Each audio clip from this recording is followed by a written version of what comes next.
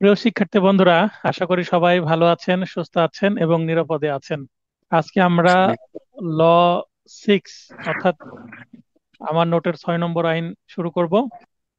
The code of criminal procedure 1898, 1898 সালের এইটি একটি আইন, সিআরপিসি, ফৌজদারি কার্যবিধি।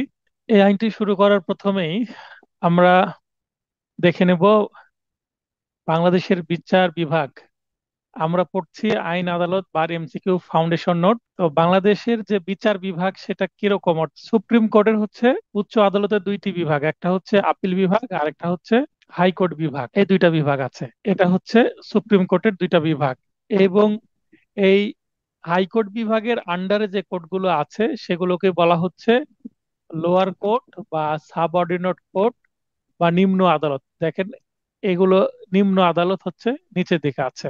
নিম্ন আদালত আবার দুই ধরনের, একটা হচ্ছে দেওয়ানি আদালত সমূহ আর অপর দিকে আছে ফৌজদারি আদালত সমূহ। দেওয়ানি আদালত সম্পর্কে আমরা অলরেডি দেওয়ানি কার্যবিধিতে দেখেছি। যেমন জেলা জজ আদালত ছিল, জেলা জজের আন্ডারে ছিল অতিরিক্ত জেলা জজ আদালত, এবং জেলা জজের আন্ডারে আরো একটা কোর্ট আছে যুগ্ম জেলা জজ আদালত, এবং এই জেলা জজের আন্ডারে আরো একটা কোর্ট আছে সিনিয়র সহকারী জজ আদালত, এবং এই জেলা জজ আদালতের আন্ডারে আরো একটা কোর্ট আছে সহকারী জজ আদালত। বাসেত ভাই কেমন আছেন? জি স্যার, আলহামদুলিল্লাহ ভালো আছি। আপনি ভালো আছেন স্যার? আছেন? হ্যাঁ, ভালো আছি। তো এখানে দেখেন যে এই যে এখানে সহকারী জজ, সিনিয়র সহকারী জজ, যুগ্ম জেলা জজ, অতিরিক্ত জেলা জজ, এই চারটি কোর্টই কার আন্ডারে আছে? জেলা জজ আদালতের আন্ডারে আছে।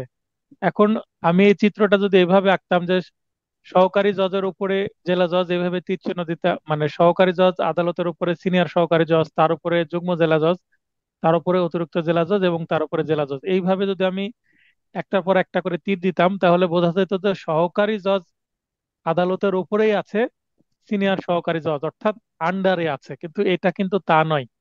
অর্থাৎ জেলা জজের আন্ডারে এই চারটি সিভিল কোর্ট আছে। এই বিষয়টা কি বুঝতে পারলেন? জি স্যার, জি এটা বুঝতে পেরেছি। তো এগুলো হয়ে গেল আপনার দেওয়ানি আদালত। এই দেওয়ানি আদালত নিম্ন আদালতে আছে কয়টা? পাঁচটা। তার মধ্যে জেলা জজ আদালত এবং তার আন্ডারে আছে চারটা। অর্থাৎ যদি আমি বলি যে সহকারী জজ আদালত কি সিনিয়র সহকারী জজের আন্ডারে? অবশ্যই না। এই চারটা কোর্টই জেলা জজের ডিরেক্ট আন্ডারে। এরা পরস্পর পরস্পরের আন্ডারে নয়। তবে হ্যাঁ, যদি বলতে পারি র্যাঙ্কের বিবেচনায় কার থেকে কে বড়, সেক্ষেত্রে সহকারী জজ আদালতের থেকে পদবিতে সিনিয়র সহকারী জজ বড়। অর্থাৎ এখানে ইনক্রিমেন্ট হয়, পদোন্নতি হয়, বেতন ভাতা সবকিছু বেড়ে যায়, ক্ষমতাও বেড়ে যায়। সহকারী জজ আদালতের কোনো আদেশের বিরুদ্ধে, ডিক্রির বিরুদ্ধে আমরা জেলা জজ আদালতে আপিল করতে পারি, রিভিশন করতে পারি। এই বিষয়গুলো আমরা দেখেছি দেওয়ানিতে। এরপরে আমরা ফৌজদারি যে আদালত সেগুলো একটু দেখার চেষ্টা করি। দেওয়ানি আদালত আমরা দেখলাম। এবার দেখেন যে ফৌজদারি যে আদালত, এটা এই পাশে আছে। ফৌজদারি আদালত সমূহ এই, আবার এই পাশে যে দেওয়ানি আদালত দেখলাম, এই দুইটা দেওয়ানি ফৌজদারি উভয় আদালতে কিন্তু হাইকোর্ট বিভাগের আন্ডারে। অর্থাৎ হাইকোর্ট বিভাগের দেওয়ানি এবং সিভিল উভয় এখতিয়ারই আছে।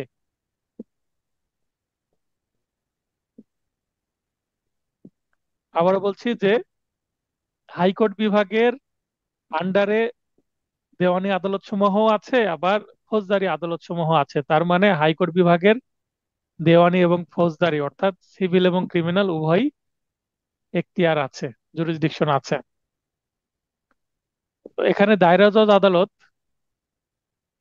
এখানে দেখেন এই আদালতের আন্ডারে সবচেয়ে উপরের দিকে আছে অতিরিক্ত দায়রা জজ আদালত, দায়রা জজ আদালতের আন্ডারেই। এবং দায়রা জজের আন্ডারে আরো একটা কোর্ট আছে যুগ্ম দায়রা জজ আদালত। এখন এই দায়রা জজ আদালতের আন্ডারে আরো কোর্ট আছে, কি আছে? চিফ জুডিশিয়াল ম্যাজিস্ট্রেট আদালত। চিফ জুডিশিয়াল ম্যাজিস্ট্রেট আদালতে, এই চিফ জুডিশিয়াল ম্যাজিস্ট্রেট আদালতের আন্ডারে আবার আরো চারটি কোর্ট আছে। একটা হচ্ছে তৃতীয় শ্রেণীর জুডিশিয়াল ম্যাজিস্ট্রেট আদালত, দ্বিতীয় শ্রেণীর জুডিশিয়াল ম্যাজিস্ট্রেট আদালত, প্রথম শ্রেণীর জুডিশিয়াল ম্যাজিস্ট্রেট আদালত, এবং অতিরিক্ত চিফ জুডিশিয়াল ম্যাজিস্ট্রেট আদালত। তো এই যে চারটি আদালত, এই চারটি আদালতই চিফ জুডিশিয়াল ম্যাজিস্ট্রেট আদালত। এর আন্ডারে আছে, এবং চিফ জুডিশিয়াল ম্যাজিস্ট্রেট আদালত ডিরেক্ট আবার দায়রা জজের আন্ডারে আছে। আবার এই দায়রা জজের আন্ডারে আরো কোর্ট আছে, যেমন নির্বাহী আদালত, মানে জেলা ম্যাজিস্ট্রেট হচ্ছে নির্বাহী আদালতের প্রধান, কিন্তু জেলা ম্যাজিস্ট্রেট আবার কিন্তু দায়রা জজের আন্ডারে আছে। আমি যেভাবে তীর দিয়ে দেখিয়েছি, তো জেলা ম্যাজিস্ট্রেটের আন্ডারে আছে হচ্ছে অতিরিক্ত জেলা ম্যাজিস্ট্রেট আদালত, সংক্ষেপে যেটা এডিএম, অ্যাডিশনাল ডিস্ট্রিক্ট ম্যাজিস্ট্রেট, এবং তার নিচে আছে নির্বাহী ম্যাজিস্ট্রেট আদালত, এগুলো। এর পাশে দেখেন এখানে ফৌজদারি আদালত সমূহ, এখানে একটা ডট আছে, আবার এই পাশে আরেকটা ডট আছে, এই ডটটা আবার নিচে টেনে নিয়ে এসে আমি এখানে নিয়ে আসছি। এখানে দেখা দেখা যাচ্ছে যে মহানগর এলাকার ফৌজদারি আদালত সমূহ, এর আগে জেলার যেমন আদালত সমূহ ছিল, তেমন মহানগর এলাকাতেও কিন্তু আদালত আছে। যেমন মহানগর দায়রা জজ আদালত, এর আগে হচ্ছে শুধু দায়রা জজ আদালত ছিল জেলা পর্যায়ে, আর মহানগর পর্যায়ে হচ্ছে মহানগর দায়রা জজ আদালত, অর্থাৎ মেট্রোপলিটন সিটি যেই এলাকায় আছে সেখানে এই কোর্টগুলো দেখা যায়। অতিরিক্ত মহানগর দায়রা জজ আদালত, যুগ্ম মহানগর দায়রা জজ আদালত, এই দুইটা কোর্টই হচ্ছে মহানগর দায়রা জজ আদালতের আন্ডারে। এবং এই মহানগর দায়রা জজের আন্ডারে আছে হচ্ছে চিফ মেট্রোপলিটন ম্যাজিস্ট্রেট আদালত, অতিরিক্ত চিফ মেট্রোপলিটন আদালত, এবং মেট্রোপলিটন ম্যাজিস্ট্রেট আদালত। এটা হচ্ছে প্রথম শ্রেণীর। দেখেন যে তৃতীয় এবং দ্বিতীয় শ্রেণী, তৃতীয় এবং তৃতীয় শ্রেণী কিন্তু জুডিশিয়াল ম্যাজিস্ট্রেট হয় জেলা পর্যায়ে, কিন্তু মেট্রোপলিটন পর্যায়ে যদি কাউকে ম্যাজিস্ট্রেট হতে হয় তাহলে কমপক্ষে যোগ্যতা হতে হবে প্রথম শ্রেণীর ম্যাজিস্ট্রেট। তার মানে মেট্রোপলিটন ম্যাজিস্ট্রেট মানে প্রথম শ্রেণীর ম্যাজিস্ট্রেট, দ্বিতীয় বা তৃতীয় শ্রেণীর ম্যাজিস্ট্রেট কখনো মেট্রোপলিটন ম্যাজিস্ট্রেট এর মানে পদোন্নতি পান না। কামরুজ্জামান ভাই হাত উত্তোলন করেছেন। স্যার আসসালামু আলাইকুম স্যার। হ্যাঁ, ওয়ালাইকুম আসসালাম, বলেন। স্যার দায়রা এটা কি স্যার একটা প্রচলিত শব্দ না মানে এর আলাদা কোনো ইয়ে আছে স্যার? দায়রা, এই দায়রা সম্পর্কে কি আর একটু বলবেন স্যার? দায়রার ইংরেজি হচ্ছে সেশন। হ্যাঁ, দায়রার সেশন। ইংরেজি হচ্ছে, হ্যাঁ, সেশন, সেশন কোর্ট। আচ্ছা। এখানে ফৌজদারি যে আদালত, সেগুলো ফৌজদারি আদালতের যে আপনার উচ্চ আদালত নিম্ন পর্যায়ে আছে, মানে নিম্ন পর্যায়ের সবচেয়ে, যেমন জেলা জজ, আমাদের রাজশাহীতে জেলা জজ আদালত এবং দায়রা জজ আদালত একজনই, মানে জেলা ও দায়রা জজ আদালত একই ব্যক্তি, একই কোর্ট, সিভিল ক্রিমিনাল উভয় মামলাই হয়। কিন্তু কিছুদিন আগে আইন পরিবর্তন হয়ে ঢাকাতে দায়রা জজ এবং জেলা জজ আলাদা করে দেওয়া হয়েছে, রাজশাহীতে এখনো হয়নি। তো এই হচ্ছে বিষয়, বুঝতে পারলেন? আচ্ছা ঠিক। কোর্টগুলো বুঝতে জি পারলেন, স্যার। অবস্থানগুলো। জি যেমন স্যার। এই যে আমি বাংলাদেশের বিচার বিভাগ বলে যে চার্টটা আপনাদের করে দিয়েছি, সেটা নোটের 177 পৃষ্ঠায় আছে। এটা মোটামুটি একটা কমপ্লিট চার্ট। এর বাইরে যেমন অতিরিক্ত জেলা জজ আদালত, অতিরিক্ত জেলা জজ আদালত 1 2 3 এরকম অনেকগুলো থাকতে পারে, যুগ্ম জেলা জজ আদালত 1 2 3 এরকম অনেক থাকতে পারে, কিন্তু কোর্টের যে বেসিক স্ট্রাকচার এটাই। ঠিক আছে, এছাড়া কিন্তু যেমন বলতে পারেন নারী ও শিশু ট্রাইব্যুনাল, এখানে আমার এর মধ্যে কোনো ট্রাইব্যুনালকে কি করা হয়নি, ইনক্লুড করা হয়নি, কারণ অনেকগুলো ট্রাইব্যুনাল আছে, ট্রাইব্যুনালকে ইনক্লুড করলে ধরবে না। যেমন দায়রা জজ আদালত, দায়রা জজ আদালতের সমতুল্য কোর্টগুলোই কিন্তু ট্রাইব্যুনাল হতে পারে, বুঝতে পেরেছেন? তারপরে জি স্যার। সাইবার ট্রাইব্যুনাল আছে, মানব পাচার ট্রাইব্যুনাল আছে, এই ধরনের অনেকগুলো ট্রাইব্যুনাল আছে, তো সেগুলো মানে এই আমি, চারটায় শুধুমাত্র আদালত সমূহগুলো আর কি, হ্যাঁ, এই চারে। আদালতগুলোকে আমি নিয়ে আসছি। যদি ট্রাইব্যুনাল দেখায় তাহলে একটা চার্ট অনেক ছোট ছোট হয়ে যাবে আমাদের। আসলে যতটুকু আমরা আইন পড়ছি, 7টা আইন আমাদের সিলেবাসভুক্ত আইনগুলোর মধ্যে, আসলে ট্রাইব্যুনালের খুব একটা কাজ নেই, মানে ট্রাইব্যুনাল আমাদের পড়ার প্রয়োজন হয় না। আমাদের এগুলো আদালতগুলো পড়লেই আমাদের চলে আসে 100 নম্বরে কমন। ট্রাইব্যুনাল নিয়ে খুব একটা প্রশ্ন হয় না, মানে আমাদের সিলেবাসের মধ্যে নাই, তাই এই চার্টটা মোটামুটি একটা কমপ্লিট চার্ট। আপনি ধারণা পেয়ে যাবেন যে সিভিল কোড গুলো এবং ক্রিমিনাল কোড গুলো কিভাবে আসলে আছে। তো আমি অলরেডি দেখিয়ে দিয়েছি একটু ভিন্ন কালি ব্যবহার করে, যে বাম দিকে আছে সিভিল কোড, এবং ডান দিকে আছে এবং নিচের দিকে আছে ক্রিমিনাল কোড। ঠিক আছে, তো এখানে দেখেন যে জি। সুপ্রিম কোর্টের, সুপ্রিম কোর্ট মানে উচ্চ আদালত, এবং সুপ্রিম কোর্টের দুইটা বিভাগ, আপিল বিভাগ এবং হাইকোর্ট বিভাগ।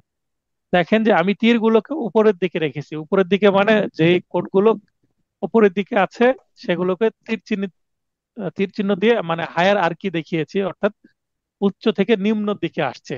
বা তীর যদি উপরের দিকে দেখি তাহলে নিম্ন থেকে উচ্চর দিকে যাচ্ছে। তো এবং আমি যেটা দেখিয়েছি যে এখান থেকে সরাসরি মানে একটা কোর্ট, যেমন জেলা জজ আদালত, এই জেলা জজ আদালতের আন্ডারে কিন্তু সরাসরি এই চারটা কোর্ট আছে দেখেন। আমি দেখাইনি যে সহকারী জজ আদালত সিনিয়র সহকারী জজ আদালতের আন্ডারে, ঠিক আছে, এরকম কিন্তু আমি দেখাইনি। তো মানে আশা এরা করি চারজনই জেলা জজ আদালতের অন্তর্ভুক্ত। চারজনই জেলা জজ এর আন্ডারে আছে, অর্থাৎ জি জেলা জজ একদম। আদালতই এই চারটা কোর্টকে কন্ট্রোল করে। যদি জি বলেন যে যুগ্ম জেলা জজ আদালত এর কোনো মানে যুগ্ম জেলা জজ আদালত কি ডিরেক্ট সহকারী জজ আদালতকে কোনো অর্ডার করতে পারে? কোনো পারে না, ক্ষমতা নেই। অতিরিক্ত জেলা জজ আদালত সহকারী জজ আদালতকেও কোনো অর্ডার করতে পারে না, কিন্তু জেলা জজ আদালত এই চারটা কোর্টকে অর্ডার করতে পারবে। বুঝতে পেরেছেন? জি তার মানে আমি যদি সহকারী জজ সিনিয়র সহকারী জজ বা যুগ্ম জেলা জজ আদালতের কোনো আদেশ বা ডিক্রির বিরুদ্ধে কোথাও যেতে চাই তাহলে জেলা জজের কাছেই যেতে হবে। সহকারী জজের কোনো আদেশ বা ডিক্রির বিরুদ্ধে সিনিয়র সহকারী জজের কাছে যাওয়ার সুযোগ নেই। তার মানে এটা দ্বারা আপিল রিভিশন সম্পর্কে একটা ধারণা পেয়ে যাবেন। আর কোন কোর্টের আন্ডারে কোন কোর্টগুলো আছে সেটা দেখা যাবে। অর্থাৎ কোন কোর্টকে কন্ট্রোল করে বা কোন কোর্টের অধীনে কোন কোর্ট আছে এটা বুঝতে হবে।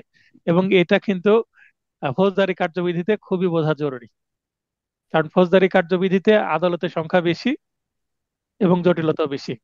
তো এখানে সিলেবাস আছে, সিআরপিসির বা ফৌজদারি কার্যবিধির সিলেবাসটা আপনারা দেখে নেবেন।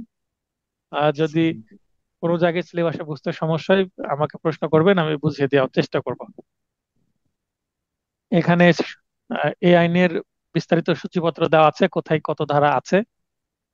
এবং পার্ট 1, প্রাথমিক বিষয়সমূহ, বরাবরের মতো আমি প্রথমেই বিগত বার কাউন্সিল পরীক্ষার এমসিকিউ প্রশ্ন বিশ্লেষণ করব, করে বোঝার চেষ্টা করব যে আমাদের পরবর্তী যে বার কাউন্সিলের পরীক্ষা হবে সেটা কোন ধারাগুলো বেশি পড়তে হবে, নতুন ধারা পড়বো কিনা না পুরাতন ধারাগুলো পড়লেই হবে। তো আমরা এখানে বিগত 8টি মানে অষ্টম বার পর্যন্ত পরীক্ষা হয়েছে। এখানে 2020 সাল থেকে প্রশ্নের প্যাটার্নের পরিবর্তন আমরা দেখতে পাই। 17 সাল পর্যন্ত গতানুগতিক প্রশ্ন হতো, অনেক রিপিটেড প্রশ্ন হতো এবং প্রশ্ন সহজ হতো। মানে 12, 13, 14, সরি 12, 13, 15, 17 এই 4টি সালের প্রশ্নগুলো সহজ ছিল, খুব একটা জটিল হতো না। কিন্তু 20 সাল থেকে 20, 22, 23 এবং লাস্ট 25 এপ্রিলে যে পরীক্ষাটা হলো, এই লাস্টের 4টি পরীক্ষা কিন্তু কঠিন হয়েছে। এবং হওয়ার কারণ হচ্ছে আগেকার প্রশ্নগুলো বার কাউন্সিল নিজে করতো, আর এখনকার প্রশ্নগুলো জুডিশিয়ারি করে, এবং জুডিশিয়ারির প্রশ্নের কোয়ালিটি অনেক একটু হার্ড হয়। তো 20 সাল থেকে যদি আমরা বিশ্লেষণ করে দেখি তো এখানে দেখেন এই ধারাগুলো আপনারা দেখতে পাবেন, আপনারা বাসায় নিজেরা আলাদাভাবে দেখে নিতে পারবেন। হ্যাঁ,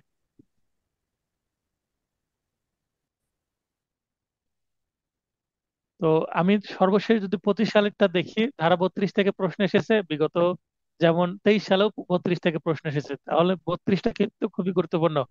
আর বর্তমানে 32 থেকে প্রশ্ন আসলে ব্যাপক পরিবর্তন হয়ে গেছে, 32 ধারাটা আমূল পরিবর্তন হয়ে গেছে। অর্থাৎ ম্যাজিস্ট্রেট কোর্টের যে এখতিয়ার, সাজা কত দিতে পারবে, ফাইন কত করতে পারবে, একেবারে পরিবর্তন হয়ে গেছে মানে রিসেন্ট অ্যামেন্ডমেন্টের মাধ্যমে। তো আমরা সেটা দেখবো, আজকে পড়বো। তাহলে 32 ধারা থেকে প্রশ্ন আসার সম্ভাবনা আছে, কিন্তু উত্তর পরিবর্তন হয়ে গেছে কারণ অ্যামেন্ডমেন্ট হয়েছে বা সংশোধন হয়েছে। 54 ধারা থেকে ইতিপূর্বে প্রশ্ন এসেছে, আবার প্রশ্ন এসেছে। 144 ধারা থেকে বারবার প্রশ্ন আসে, দেখেন 144, 144, বারবার প্রশ্ন রিপিট হচ্ছে 144 থেকে। তারপর 183, এখানে স্টার দেওয়া আছে, এর অর্থ হচ্ছে এটা একেবারে ফ্রেশ নতুন একটা সেকশন। 183 ধারা থেকে ইতিপূর্বে একটা প্রশ্ন আসেনি, প্রথম 183 টাচ করা হয়েছে। 190 এর 1 সি, এটাও নতুন একটা ধারা। 195 নতুন ধারা। 200 ধারা, 200 ধারা থেকে বরাবর প্রশ্ন আসে, এর আগেও এসেছে এবারও এসেছে। যেমন এখানে দেখেন 200 ধারা, 2020 সালে 200 ধারা থেকে প্রশ্ন আসছে। যেমন এখানে 2013 সালে 200 ধারা থেকে প্রশ্ন আসছে, 2012 সালে 200 ধারা থেকে প্রশ্ন আসছে। তার মানে 200 ধারা মোটামুটি একটা ইম্পর্টেন্ট ধারা, এখান থেকে প্রশ্ন আপনাদেরও নেক্সট পরীক্ষা আসতে পারে। তারপর 204-এর 3, এটা স্টার আছে, তার মানে এটা নতুন ধারা, নতুন এবারই প্রশ্ন এসেছে। 205, এটাও নতুন ধারা, এখান থেকে এর আগে প্রশ্ন আসে, এবার নতুন প্রশ্ন আসছে। 227, এখানেও নতুন। 241, 244, 245, এখান থেকেও কিন্তু এই 3টা সেকশনকে টার্গেট করে একটা প্রশ্ন এসেছে এবার, এবং এই 3টা সেকশনের নতুন সেকশন। ধারা 249, এখান থেকে ইতিপূর্বে প্রশ্ন এসেছে, এবারও এসেছে। 265C, নতুন ধারা, মানে এর আগে কখনো প্রশ্ন আসেনি, এবারে এসেছে। তারপর 339B, এর আগেও এসেছে, এবারও এসেছে। তারপর 239C, এর আগেও এসেছে, এবারও এসেছে। 374, নতুন ধারা, এর আগে এই ধারা থেকে কখনো প্রশ্ন আসেনি। 408, 417, এগুলো থেকে আগে প্রশ্ন এসেছে, এবারও এসেছে। 529, ইতিপূর্বে কখনো এই ধারা থেকে প্রশ্ন আসেনি, এবার এসেছে। এবং সর্বশেষ 561A, 561A তে আছে হচ্ছে ইনহারেন্ট পাওয়ার অফ হাইকোর্ট।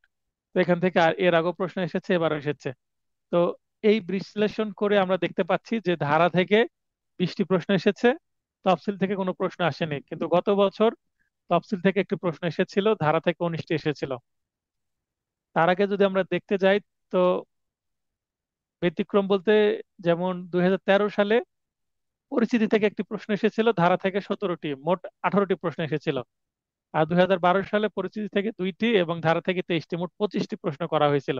কিন্তু আমরা যদি দেখি লাস্ট যে কয়েকটি পরীক্ষা, তাতে প্রশ্ন সংখ্যা চিন্তা করতে গেলে 20টা করে প্রশ্ন আসছে, 20টার কম বেশি হচ্ছে না, 19টাও না, 18টাও না, বা 21টা 22টাও আসছে না। 20টা করেও ধরে নিতে পারি আগামী নেক্সট এমসিকিউ এ 20টাই প্রশ্ন আসবে, এবং 20টা ধারা থেকে এবং দু একটা তফসিল থেকে আসতে পারে, পরিচিতি থেকেও দু একটা আসতে পারে।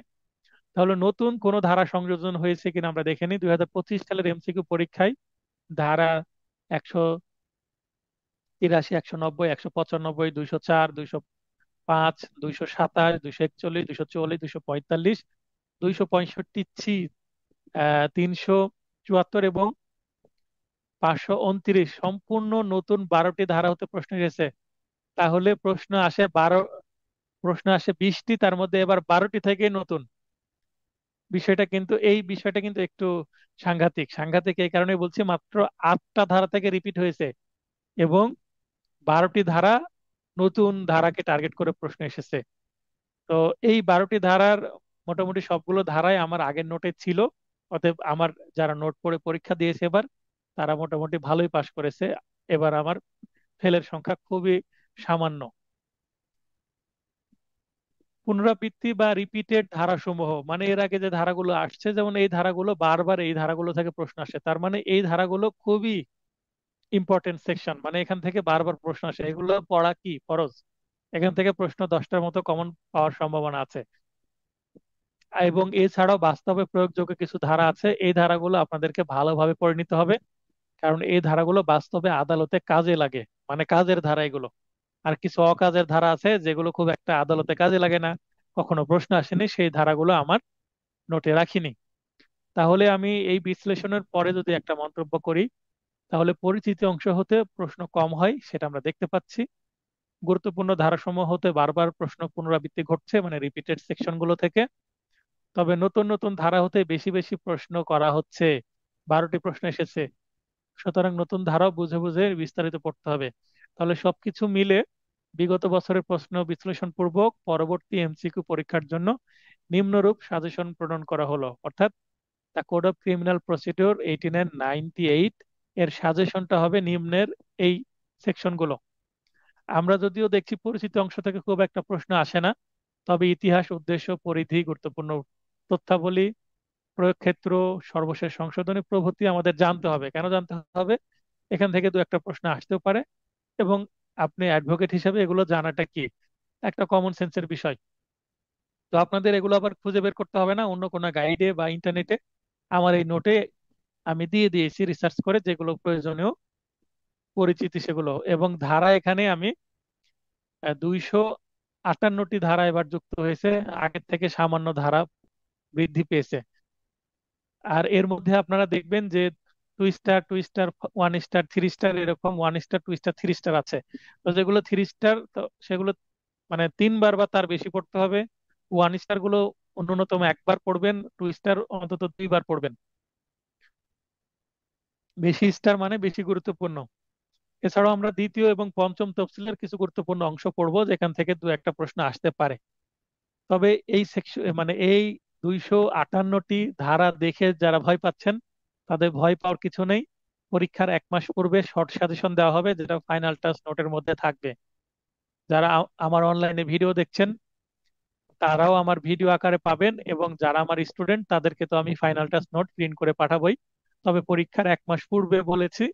যদি পরীক্ষা 29 নভেম্বর হয়, তাহলে আমি চেষ্টা করব অক্টোবরের 20 তারিখের মধ্যেই দিয়ে দেওয়ার, অর্থাৎ 1 মাস আগে বলেছি, অন্তত 5 সপ্তাহ বা 1.5 মাস আগে দিয়ে দিব। এরপরে এই আইনের বিন্যাসটা দেখে নিই। বিন্যাসটা দেখলে বোঝা যাবে যে আইনটা আসলে কিরকম এবং কি কি পড়তে হবে, আমাদের কি কি কন্টেন্ট আছে এর মধ্যে। অর্থাৎ এই আইনের মোড়ক উন্মোচন করি আমরা, যেমন কোনো একটা মোবাইল ফোন বা কোনো কিছু কিনলে আমরা কি করি, মোড়ক উন্মোচন করি। অর্থাৎ এর ভেতরে কি আছে খুলে দেখি। তো দেখি কি আছে এর মধ্যে। তো বিন্যাস হচ্ছে ভাগ বা খণ্ড ভিত্তিক। বিন্যাস আমি এখানে 2টা রেখেছি। প্রথম ভাগে 1 থেকে 5 প্রাথমিক বিষয়, দ্বিতীয় ভাগে আছে 6 থেকে 41 ফৌজদারি আদালত ও কার্যালয় সমূহের গঠন ও ক্ষমতা। তাহলে আমরা অলরেডি যে চার্টটা পড়লাম, চার্টের মধ্যে ফৌজদারি আদালত গুলো কি রকম, কি কি, সেগুলো অলরেডি জেনে গেছি। তাহলে এগুলো আদালতের শুধু ক্ষমতা আমরা একটু বিস্তারিত পড়বো, তাহলে হয়ে যাবে। তৃতীয় ভাগ 42 থেকে 105 ধারার মধ্যে সাধারণ বিধানাবলী আছে। চতুর্থ ভাগে আছে 106 থেকে 153 অপরাধ প্রতিরোধ। অপরাধ প্রতিরোধ বলতে যেমন রোগ প্রতিরোধ। রোগ প্রতিরোধ কখন করা যাবে, যদি আমার রোগ প্রতিরোধ ক্ষমতা বেশি থাকে, ইমিউনিটি থাকে, তাহলে আমার অসুখ কম হবে বা আমি অসুস্থ হব না, ইলনেস কম হবে। তাহলে এটা কিভাবে হবে, তাহলে আমাকে পুষ্টিকর খাবার খেতে হবে, অ্যান্টি অক্সিডেন্ট যুক্ত খাবার খেতে হবে, ভিটামিন যুক্ত খাবার খেতে হবে, অস্বাস্থ্যকর খাবার খাওয়া যাবে না। তাহলে আমার শরীর কি হবে, রোগ প্রতিরোধ করতে পারবে। তেমন অপরাধ প্রতিরোধ বলতে মানে কিছু কিছু স্টেপ নেওয়া হবে, যেটা অপরাধ হওয়ার আগে স্টেপ নিতে হবে। তো অপরাধ হওয়ার আগে এই স্টেপ গুলো নিলে অপরাধটা আর হতে পারবে না। তাহলে কি বলা হয় যে প্রিভেনশন ইজ বেটার দেন কিউর, অর্থাৎ চিকিৎসার থেকে প্রতিরোধ ভালো। তেমনি অপরাধ হওয়ার থেকে যদি অপরাধটা থামিয়ে দেওয়া সম্ভব হয়, এটাই বেটার। তাই আমরা অপরাধ হওয়ার আগেই যেন কিছু করতে পারি, এগুলো সম্পর্কে বলা আছে এখানে। এই এই সেকশন গুলোতে যে মামলাগুলো সম্পর্কে বলা হয়েছে, সেগুলো নির্বাহী কোর্টে হয়। আমরা নির্বাহী কোর্ট সম্পর্কে দেখলাম, সেটা আরো বিস্তারিত জানবো এই ধারাগুলোতে। পঞ্চম ভাগে 154 থেকে 176 পুলিশের নিকট সংবাদ প্রদান এবং পুলিশের তদন্তের অধিকার। অর্থাৎ পুলিশ কিভাবে সংবাদ পাবে, জিআর মামলা, তারপর সিআর মামলা, কি কি উপায়ে পুলিশের কাছে মামলা করা যাবে, কোনগুলো আমলযোগ্য কোনগুলো আমলযোগ্য নয়, পুলিশ কোনগুলো অপরাধের মামলা নিতে পারবে কোনগুলো নিতে পারবে না, এগুলো সম্পর্কে বলা আছে। এবং পুলিশের কাছে কেউ সংবাদ নিয়ে গেলে পুলিশ কি করবে, সাধারণ ডায়েরি করবে না মামলা নিবে, সরাসরি না অভিযোগ নিবে, তারপরে তদন্ত শুরু করার জন্য ম্যাজিস্ট্রেটের কাছে আগে যাবে কিনা, ম্যাজিস্ট্রেটের অনুমতি নিতে হবে কিনা, এটসেট্রা এটসেট্রা। এবং তদন্ত করাকালে পুলিশ কি কি করতে পারবে, তদন্ত করার পর সেটা কার মাধ্যমে কিভাবে কোন আদালতে জমা দিবে, এই বিস্তারিত এর মধ্যে আছে। অর্থাৎ পুলিশ সম্পর্কে A to Z আছে। ষষ্ঠ ভাগে 177 থেকে 403 সরকারের পক্ষে মামলা পরিচালনা, অর্থাৎ পাবলিক প্রসিকিউটরের যে কাজ, সেগুলো বোঝানো হয়েছে। সপ্তম ভাগে 404 থেকে 442।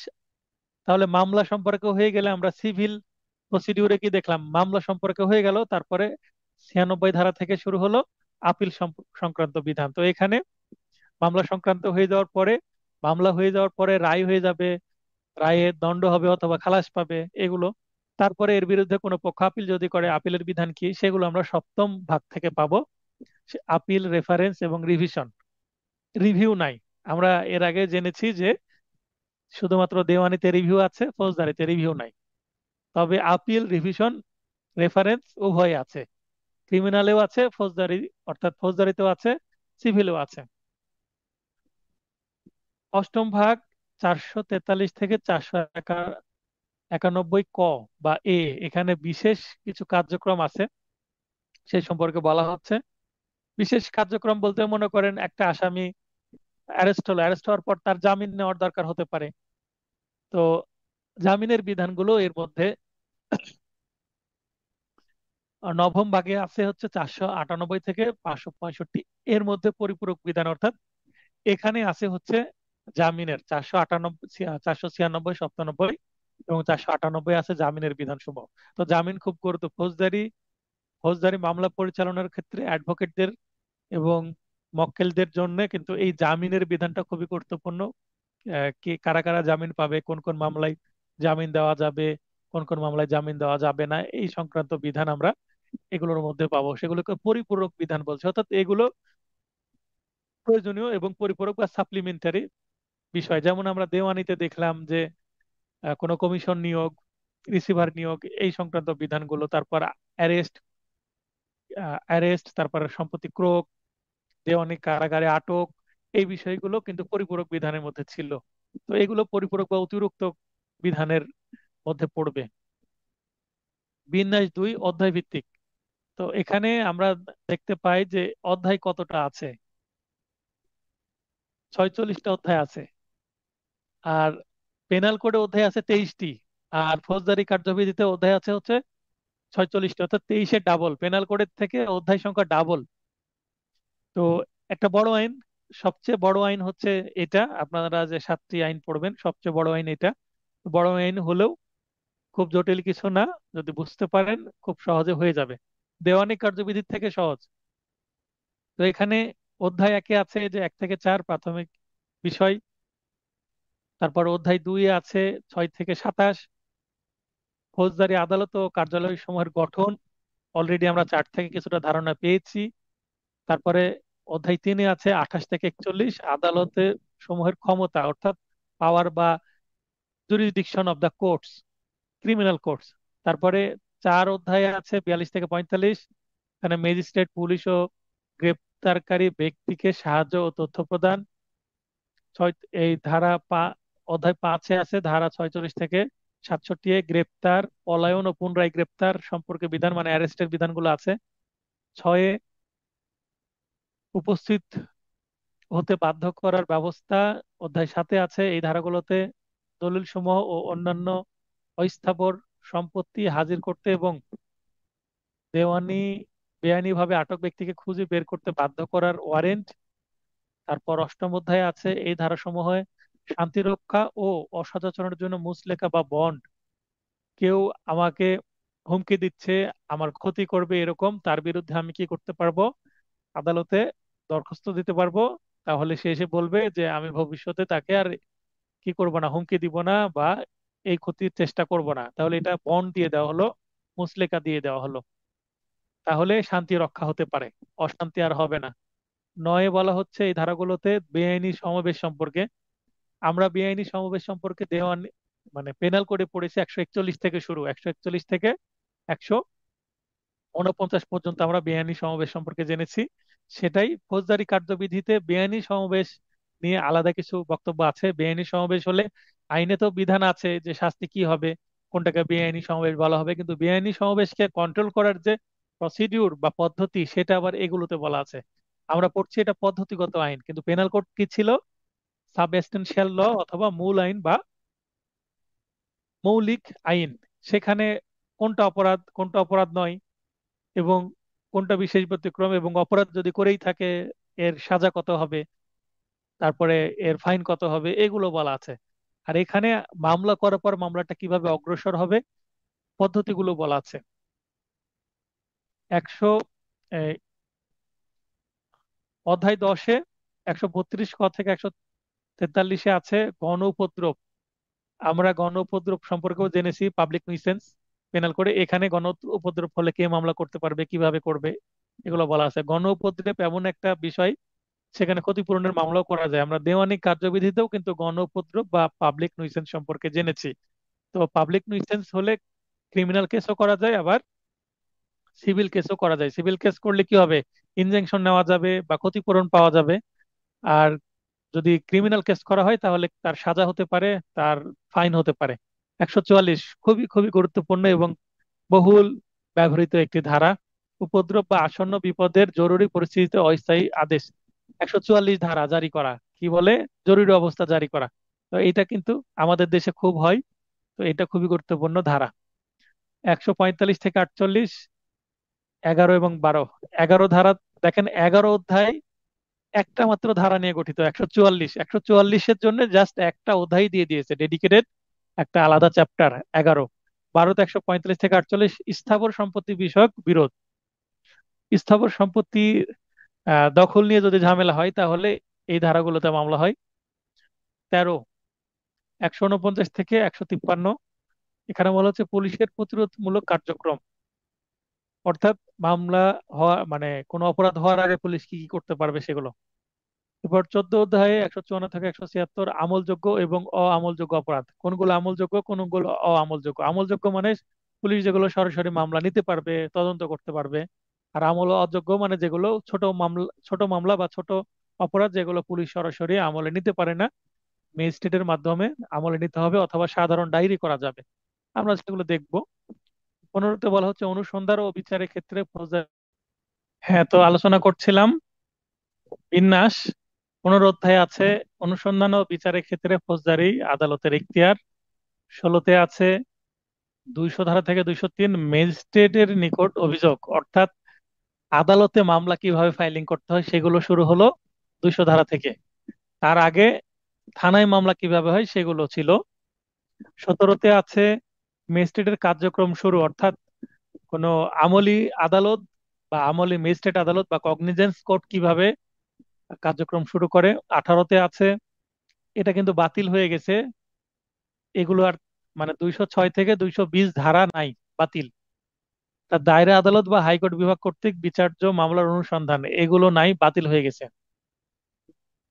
19, 221 থেকে 232, অভিযোগ বা অভিযোগের ফরম কেমন হবে। তারপরে এই 19 অধ্যায়েরই আরো একটি পার্ট আছে, 233 থেকে 240, অভিযোগ সমূহের সংযুক্তকরণ। অভিযোগ বলতে চার্জ, চার্জকে বোঝানো হচ্ছে, চার্জ একাধিক চার্জ থাকলে একসঙ্গে হবে, তাই বলা বলা হচ্ছে। 20-এ এখানে ম্যাজিস্ট্রেট কর্তৃক মামলার বিচার এবং ম্যাজিস্ট্রেট কর্তৃক বিচার্য মামলার তুচ্ছ অভিযোগ যদি হয় কেউ, অর্থাৎ 250-এ, 241 থেকে 250, তবে 250-এ কেউ যদি তুচ্ছ বা মিথ্যা মামলা করে বা বিরক্তিকর মামলা করে, তাহলে উল্টো যে মামলা করেছে তাকে কিন্তু সাজা এবং অর্থদণ্ড দেওয়া হয়, অর্থাৎ বাদীর এখানে সাজা হয়ে যায়। 21-এ বলা হচ্ছে এটা বাতিল হয়ে গেছে, ম্যাজিস্ট্রেট কর্তৃক ওয়ারেন্ট মামলার বিচার, এগুলো আর চালু নাই, বাতিল হয়ে গেছে। 22-এ হচ্ছে 260 থেকে 265, এখানে আছে সংক্ষিপ্ত বিচার কিভাবে হয়, সামারি ট্রায়াল। 23, এখানে 265 ক থেকে 265 ঠ, দায়ের আদালত কর্তৃক মামলার বিচার, অর্থাৎ এর আগে ম্যাজিস্ট্রেট আদালতে কিভাবে মামলার বিচার হয়, কিন্তু বড় যেগুলো মামলা আছে সেগুলো ম্যাজিস্ট্রেট কোর্ট করতে পারে না, সেগুলো দায়রা আদালতে চলে যায়। দায়রা আদালত কিভাবে বিচার করে সেটাও বলা আছে এখানে। এবং 266 থেকে 336, দেখেন এখানে 266 থেকে 336 বেশ কিছু ধারা এখানে বাতিল করে দেওয়া হয়েছে। 24, অনুসন্ধান ও বিচার সম্পর্কে সাধারণ বিধান। 25, অনুসন্ধান ও বিচারের সময় সাক্ষ্য গ্রহণ ও লিপিবদ্ধ করার পদ্ধতি। 26, 26-এ রায়, রায় কিভাবে দিবে, 366 থেকে 373 পর্যন্ত রায় বা জাজমেন্ট সম্পর্কে আলোচনা করা হয়েছে। আমরা সিভিলেও কিন্তু এগুলো দেখেছি। 27, দণ্ড অনুমোদনের জন্য পেশ, যদি দায়রা আদালত কোনো ব্যক্তিকে মৃত্যুদণ্ড দেয় তাহলে সরাসরি মৃত্যুদণ্ড কার্যকর করা যায় না, সেই কারণে সেজন্য হাইকোর্ট বিভাগের অনুমোদন লাগে। সেটাকে বলা হয় হচ্ছে ডেথ রেফারেন্স। তো ডেথ রেফারেন্স সম্পর্কে বলা হয়েছে এখানে। 28, দণ্ড কার্যকরীকরণ, অর্থাৎ কাউকে সাজা দিলে সেই সাজাটা কিভাবে কার্যকর করা হবে। সাজা তো কাগজ কলমে থাকলে হবে না, বাস্তবে তো তাকে সেই সাজাটা ভোগ করতে হবে। সেটা কিভাবে করা যাবে, যেমন আদেশ এবং ডিক্রি দেওয়ানির ক্ষেত্রে জারি করা হয় কিভাবে, তেমনি এখানে কার্যকর বা এক্সিকিউশনের কথা বলা হয়েছে। 29, দণ্ড স্থগিত, মওকুফ ও পরিবর্তন করা যায় কিনা, কিভাবে করা যায় সেটা। 30, পূর্ববর্তী খালাস বা দণ্ডাদেশ সম্পর্কে বলা হয়েছে। 403, 403 হচ্ছে, এটাকে বলা হয় ডাবল জিওপার্ডি। ডাবল জিওপার্ডি মানে এখানে দোবারা সাজা দেওয়া যাবে না। যেমন আমরা দেওয়ানিতে 11 ধারাতে পড়লাম কি দোবারা সাজা, সরি দোবারা দোষ, বা একটা মামলায় এর আগে যদি কোনো কিছু হয়ে থাকে, মানে বিচার হয়ে থাকে, সেটা দ্বিতীয়বার করা যাবে না। রেস জুডিকাটা বলা হচ্ছে, তো রেস জুডিকাটার মতোই বিধান আছে 403-এ। 403-এ বলা হচ্ছে ডাবল জিওপার্ডি, অর্থাৎ একই মামলায় একটা আসামিকে দুইবার বিচারের আওতায় নিয়ে আসা যাবে না, অর্থাৎ দুইবার সাজা দেওয়া যাবে না। 31, এখানে আপিলের বিধানগুলো আছে 404 থেকে 431-এ। 32, এখানে রেফারেন্স ও রিভিশন সম্পর্কে বলা হয়েছে। 32 ক-তে রেফারেন্স ও রিভিশন নিষ্পত্তির সময় সম্পর্কে বলা হয়েছে। 33টা পুরোটাই বাতিল হয়ে গেছে। 34, কোনো উন্মত্ত ব্যক্তি হলে সেক্ষেত্রে কিভাবে বিধানটা হবে। 35, বিচার পরিচালনা প্রভাবিতকরণ সংক্রান্ত কতিপয় অপরাধের ক্ষেত্রে কার্যপদ্ধতি কি। 36, এটা বাতিল হয়ে গেছে। 37, হেভিয়াস কর্পাস প্রকৃতির নির্দেশ। হেভিয়াস কর্পাস হচ্ছে একটা রিট। তো রিট সাধারণত হাইকোর্টে করা যায়, তো হেভিয়াস কর্পাস সম্পর্কে এখানে আলাদাভাবে বলাই হয়েছে। 38, পাবলিক প্রসিকিউটর এর কাজ কিভাবে হবে, নিয়োগ কে দিবে, এগুলো বলা হয়েছে। 39, জামিন। 496 থেকে 502 পর্যন্ত জামিন। জামিন মানে a sum of money to be taken. তো জামিনের বিধান সম্পর্কে এখানে বিস্তারিত আছে। 40, সাক্ষ্য গ্রহণের জন্য কমিশন। আমরা সিভিলেও কিন্তু কমিশন দেখেছি, সাক্ষ্য গ্রহণের জন্য ক্রিমিনালও দেখছি। কমিশন প্রদান ও তার পদ্ধতি কি। 41, সাক্ষ্য বিষয়ে বিশেষ বিধি, যেটা সাক্ষ্য আইনে আছে কিন্তু এখানে আমরা কিছুটা টাচ দেখব। 42, মুচলেখা বা বন্ড সংক্রান্ত বিধানসমূহ। 43, সম্পত্তি হস্তান্তর সম্পর্ক বিধান। 44, ফৌজদারি মামলা স্থানান্তর অর্থাৎ মামলা বদলি করার যে বিধানগুলো সেগুলো। ক্রিমিনালও সিভিলও ছিল, ক্রিমিনালও আছে। 45, অনিয়মিত কার্যক্রম, যেটা সাধারণত কম প্রয়োজন হয়। এবং 46 হচ্ছে বিবিধ বা মিসসেলেনিয়াস যে বিধানগুলো সেগুলো। তো আমরা একটা জিনিস লক্ষ্য করলাম, দেওয়ানি কার্যবিধিতে দুইটা পার্ট আছে, একটা হচ্ছে ধারা আর আরেকটা হচ্ছে তফসিলের কি আছে, বেশ কিছু আদেশ এবং বিধি আছে। এখানে কিন্তু তা নাই, ধারার মধ্যে সবকিছু বিস্তারিত দিয়ে দিয়েছে, কিন্তু এখানেও তফসিল আছে। তফসিল সমূহ বা শিডিউলস, এখানে আহ, তফসিল আছে 5টা। প্রথম তফসিল অলরেডি বাতিল। দ্বিতীয় তফসিল খুবই গুরুত্বপূর্ণ।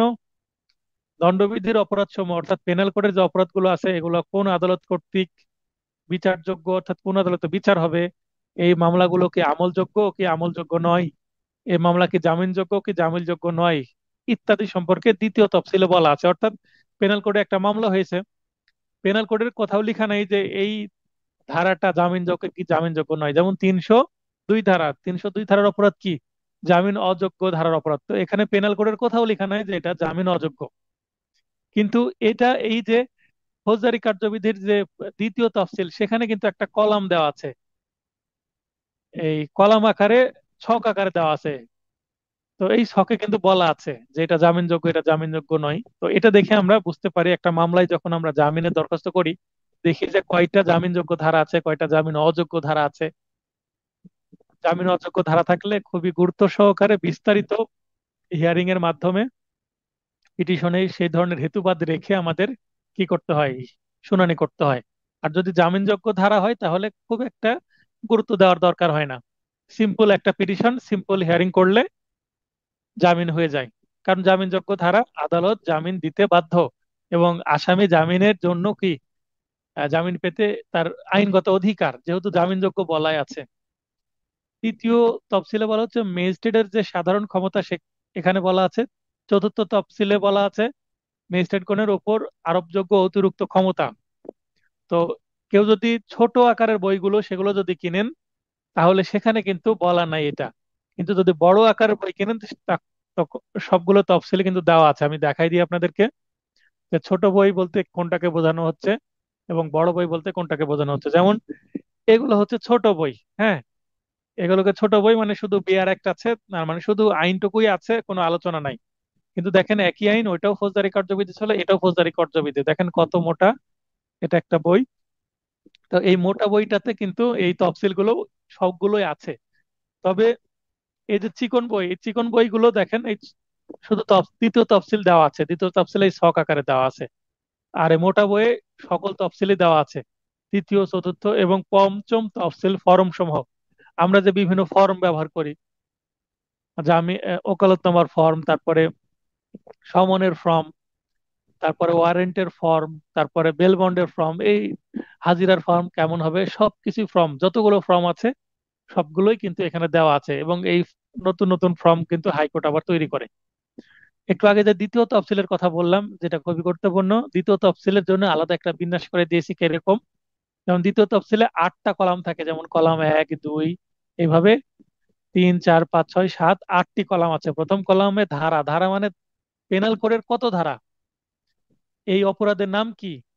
পেনাল কোডেও কিন্তু একই বিষয় আছে। আবার পুলিশ ওয়ারেন্ট ব্যতীত গ্রেপ্তার করতে পারবে কিনা, তার মানে এখানে এটা আমলযোগ্য অপরাধ কিনা, আমলযোগ্য অপরাধ হলে গ্রেপ্তার করতে পারবে, আমলযোগ্য না হলে গ্রেপ্তার করতে পারবে না।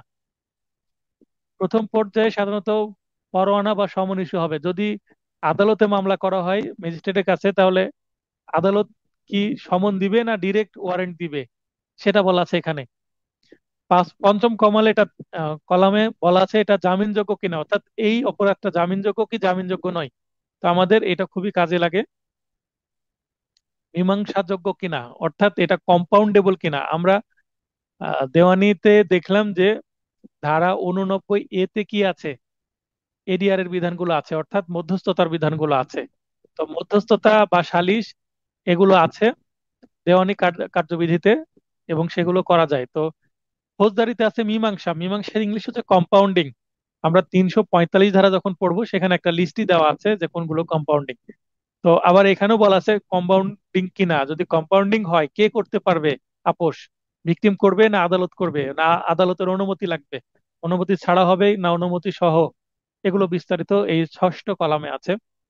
এবং দণ্ডবিধি মোতাবেক শাস্তি, আমরা দণ্ডবিধিতে যে শাস্তিটা জানি, যেমন ধারা, অপরাধ এবং সপ্তম কলমের দণ্ডবিধি মোতাবেক শাস্তি, এটা কিন্তু এ- এখানেও আছে, আবার দণ্ডবিধির মধ্যেও আছে। তো এখানে রিপিট করা আছে। এবং কোন আদালত কর্তৃক বিচার্য, এই অপরাধটা কে বিচার করবে, ম্যাজিস্ট্রেট বিচার করবে না দায়রা জজ বিচার করবে, এগুলো বলে দেওয়া আছে। এবং কোন দায়রা জজ বা কোন ম্যাজিস্ট্রেট বিস্তারিত এখানে বলা আছে। তো এটা খুবই গুরুত্বপূর্ণ একটা তফসিল। তো এখান থেকে বাস্তবে যখন প্র্যাকটিস করতে যাবেন তখন খুব এই তফসিলটা কাজে লাগবে। কিন্তু আমরা দেখলাম যে তফসিল থেকে খুব একটা প্রশ্ন আসে না, দুই একটা আসে। তো আমি আমার নোটে তফসিল থেকে বিস্তারিত খুব একটা রাখিনি, তবে তফসিলের একটা পরিচিতি করে দিলাম। আর আমরা শেষের দিকে কিছু এমসিকিউ প্রশ্ন পড়বো তফসিল থেকে। তবে আমি ফাইনাল টাচ নোটে তফসিল থেকে আরেকটু বিস্তারিত, আরেকটু বেশি টেকনিক্যাল কিছু আলোচনা করে দিয়েছি, যেটা ফাইনাল টাচ নোট পাওয়ার পরে ওগুলো আলোচনা হবে। এরপরে এই ফৌজদারি কার্যবিধি বা ক্রিমিনাল প্রসিডিং, যেটা কোড অফ ক্রিমিনাল প্রসিডিউর, এটার পরিচিতিটা দেখে নিই।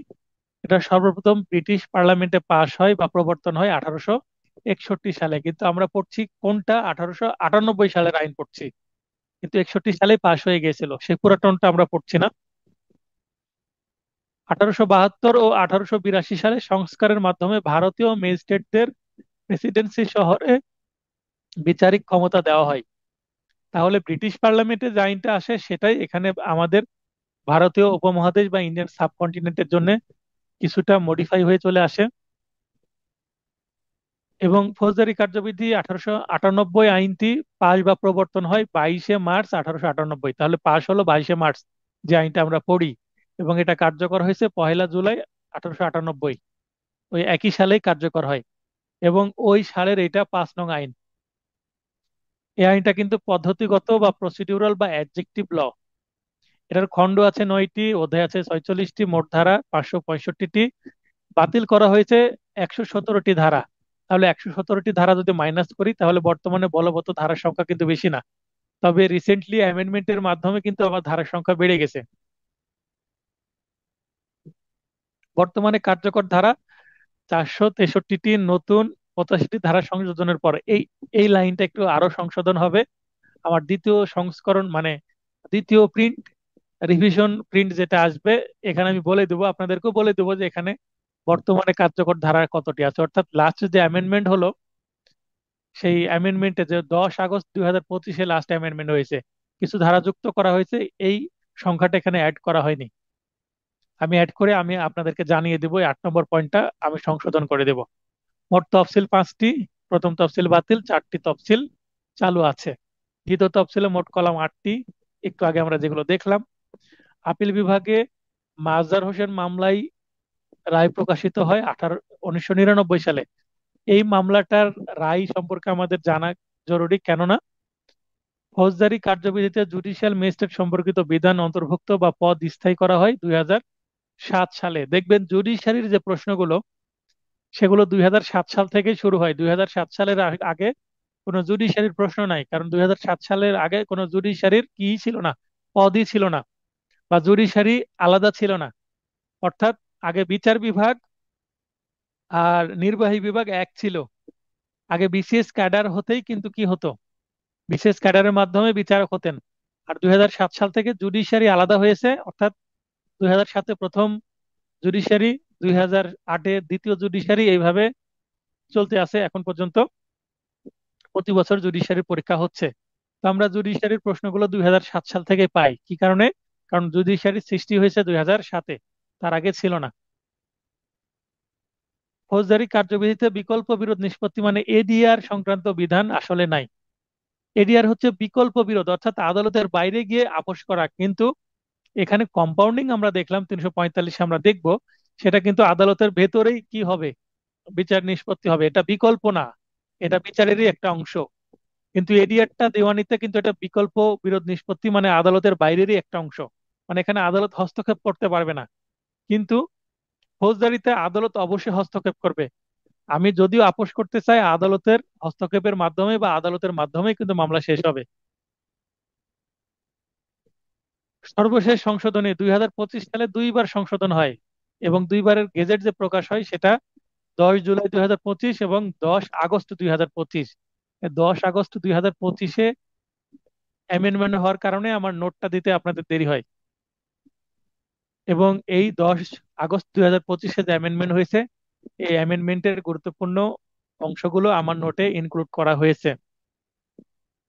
রিপিটেড অ্যান্ড অমিটেড এর মধ্যে পার্থক্য কি? কোন, সরি, রিপিলড, রিপিলড অ্যান্ড অমিটেড। কোনো জায়গায় বলা হয় আইন রিপিল করা হয়েছে, কোনো জায়গায় অমিট করা হয়েছে। তো সেগুলো কি, সেটা একটু আমি বোঝানোর চেষ্টা করেছি এখানে। সাধারণত একটা আইনকে রিপিল করা হয় অন্য একটি আইনের মাধ্যমে। যেমন সংসদে পাশ করা একটি আইনকে সংসদে পাশ করা অন্য আরেকটি আইন দিয়ে রিপিল করতে হয়। রিপিল মানে প্রতিস্থাপন, একটা আইন বাদ দিয়ে তার পরিবর্তে নতুন একটা আইন। যেমন নারী শিশু আইন নতুন এসেছে, যৌতুক নিরোধ আইন নতুন এসেছে, তারপর মাদকদ্রব্য নিয়ন্ত্রণ আইন নতুন এসেছে, আগেরটা বাদ দিয়ে নতুন আইন, মানে এখানে কি হয়েছে, প্রতিস্থাপন হয়েছে। অন্যদিকে যখন কোনো একটি আইনের কোনো একটি ধারার প্রাসঙ্গিকতা থাকে না, তখন সেটি অমিট করা হয়। অর্থাৎ সাধারণত কোন এক বা একাধিক ধারা অমিট করে সেটা বাদ দিয়ে দেওয়া হয়, তার পরিবর্তে নতুন ধারা নিয়ে আসার দরকার হয় না। রিপিল করা হলে একটার পরিবর্তে আরেকটা আসবে, আর ওমিট করা হলে সেটা বাতিল করা হবে, ওটার পরিবর্তে আরেকটা আসবে না। তবে ওমিটের পর সেটি চাইলে রিভাইভ করা যায়, অর্থাৎ ওমিট করা কোনো সেকশন বা সেকশনের বিধান, সেটা কিন্তু আবার রিভাইভ করে সেটা আবার ফিরিয়ে নিয়ে আসা সম্ভব। আর রিপিল করা হলে সেটা একেবারে বাতিল হয়ে যায়। অমিটের জন্য সংসদের ইন্টারফারেন্স দরকার হয় না, তার মানে অমিট এখানে সংসদের বাইরেও করা যায়, এখানে জুডিশিয়ারি নিজেই করতে পারবে। এখানে বিগত সালের এমসিকিউ প্রশ্ন আছে 4টি, পরিচিত অংশ থেকে আপনারা দেখে নেবেন। এরপরে আমরা চলে যাই পার্ট 2, ধারা 1 থেকে 67A আলোচনা হবে আজকে। 67A পর্যন্ত আলোচনার চেষ্টা করছি আজকে। ধারা 4-এ প্রথমে আছে সংজ্ঞা। ধারা 4-এর উপধারা 1, ধারা 4 উপধারা 1 বা সাবসেকশন 1, সেকশন 4 সাবসেকশন 1-এর সংজ্ঞাসমূহ বা ডেফিনেশনস গুলো আছে। তো এখানে এ, এ বলতে যদি বাংলাতে বলি ক, তাহলে ব্র্যাকেটে হচ্ছে একের, তাহলে উপধারা 1-এর আবার দফা ক বা দফা 'এ' তে বলা হচ্ছে অ্যাডভোকেট। অ্যাডভোকেটের সংজ্ঞা দেওয়া হয়েছে। অ্যাডভোকেট কাদেরকে বলা হবে? আমরা বার কাউন্সিল যে অর্ডার পড়লাম, সেখানেও কিন্তু অ্যাডভোকেটের সংজ্ঞা ছিল, সেখানে অন্যরকম ছিল, এখানে দেখেন আরেক রকম। আবার জেনারেল জেনারেল ক্লোজেস অ্যাক্ট বলে একটা আইন আছে, তো জেনারেল ক্লোজেস অ্যাক্টেও কিন্তু অ্যাডভোকেটের সংজ্ঞা আছে। যে কোনো আদালতে আইন ব্যবসা করতে প্রচলিত আইন অনুযায়ী ক্ষমতাপ্রাপ্ত অ্যাডভোকেট বা মোক্তার এবং এরূপ কার্যক্রমে আদালতের অনুমতি সাপেক্ষে নিযুক্ত অন্য যে কোনো ব্যক্তিকে অন্তর্ভুক্ত করবে কি হিসাবে? অ্যাডভোকেট হিসাবে। অ্যাটর্নি জেনারেল বাংলাদেশের জন্য নিযুক্ত অ্যাটর্নি জেনারেলকে বোঝাবে, তার মানে বাংলাদেশের জন্য নিযুক্ত অ্যাটর্নি জেনারেল হবে না অ্যাটর্নি জেনারেল। এবং অ্যাটর্নি জেনারেলকে সহযোগিতা করার জন্য আছেন অতিরিক্ত attorney general, deputy attorney general, সহকারী অ্যাটর্নি জেনারেল। তাহলে অ্যাটর্নি জেনারেল কিন্তু কয়েক প্রকারের হয়। সরকারি অ্যাডভোকেট বা এরূপ দায়িত্ব পালনের উদ্দেশ্যে সরকার কর্তৃক নিযুক্ত কর্মকর্তাকে অন্তর্ভুক্ত করবে। তাহলে অ্যাটর্নি জেনারেল কিন্তু সরকার পক্ষের অ্যাডভোকেট, প্রসিকিউশন পক্ষের অ্যাডভোকেট। বিতে বলা হচ্ছে জামিনযোগ্য অপরাধ, বেলেবল অফেন্স। কোনগুলোকে বেলেবল অফেন্স বলা হবে?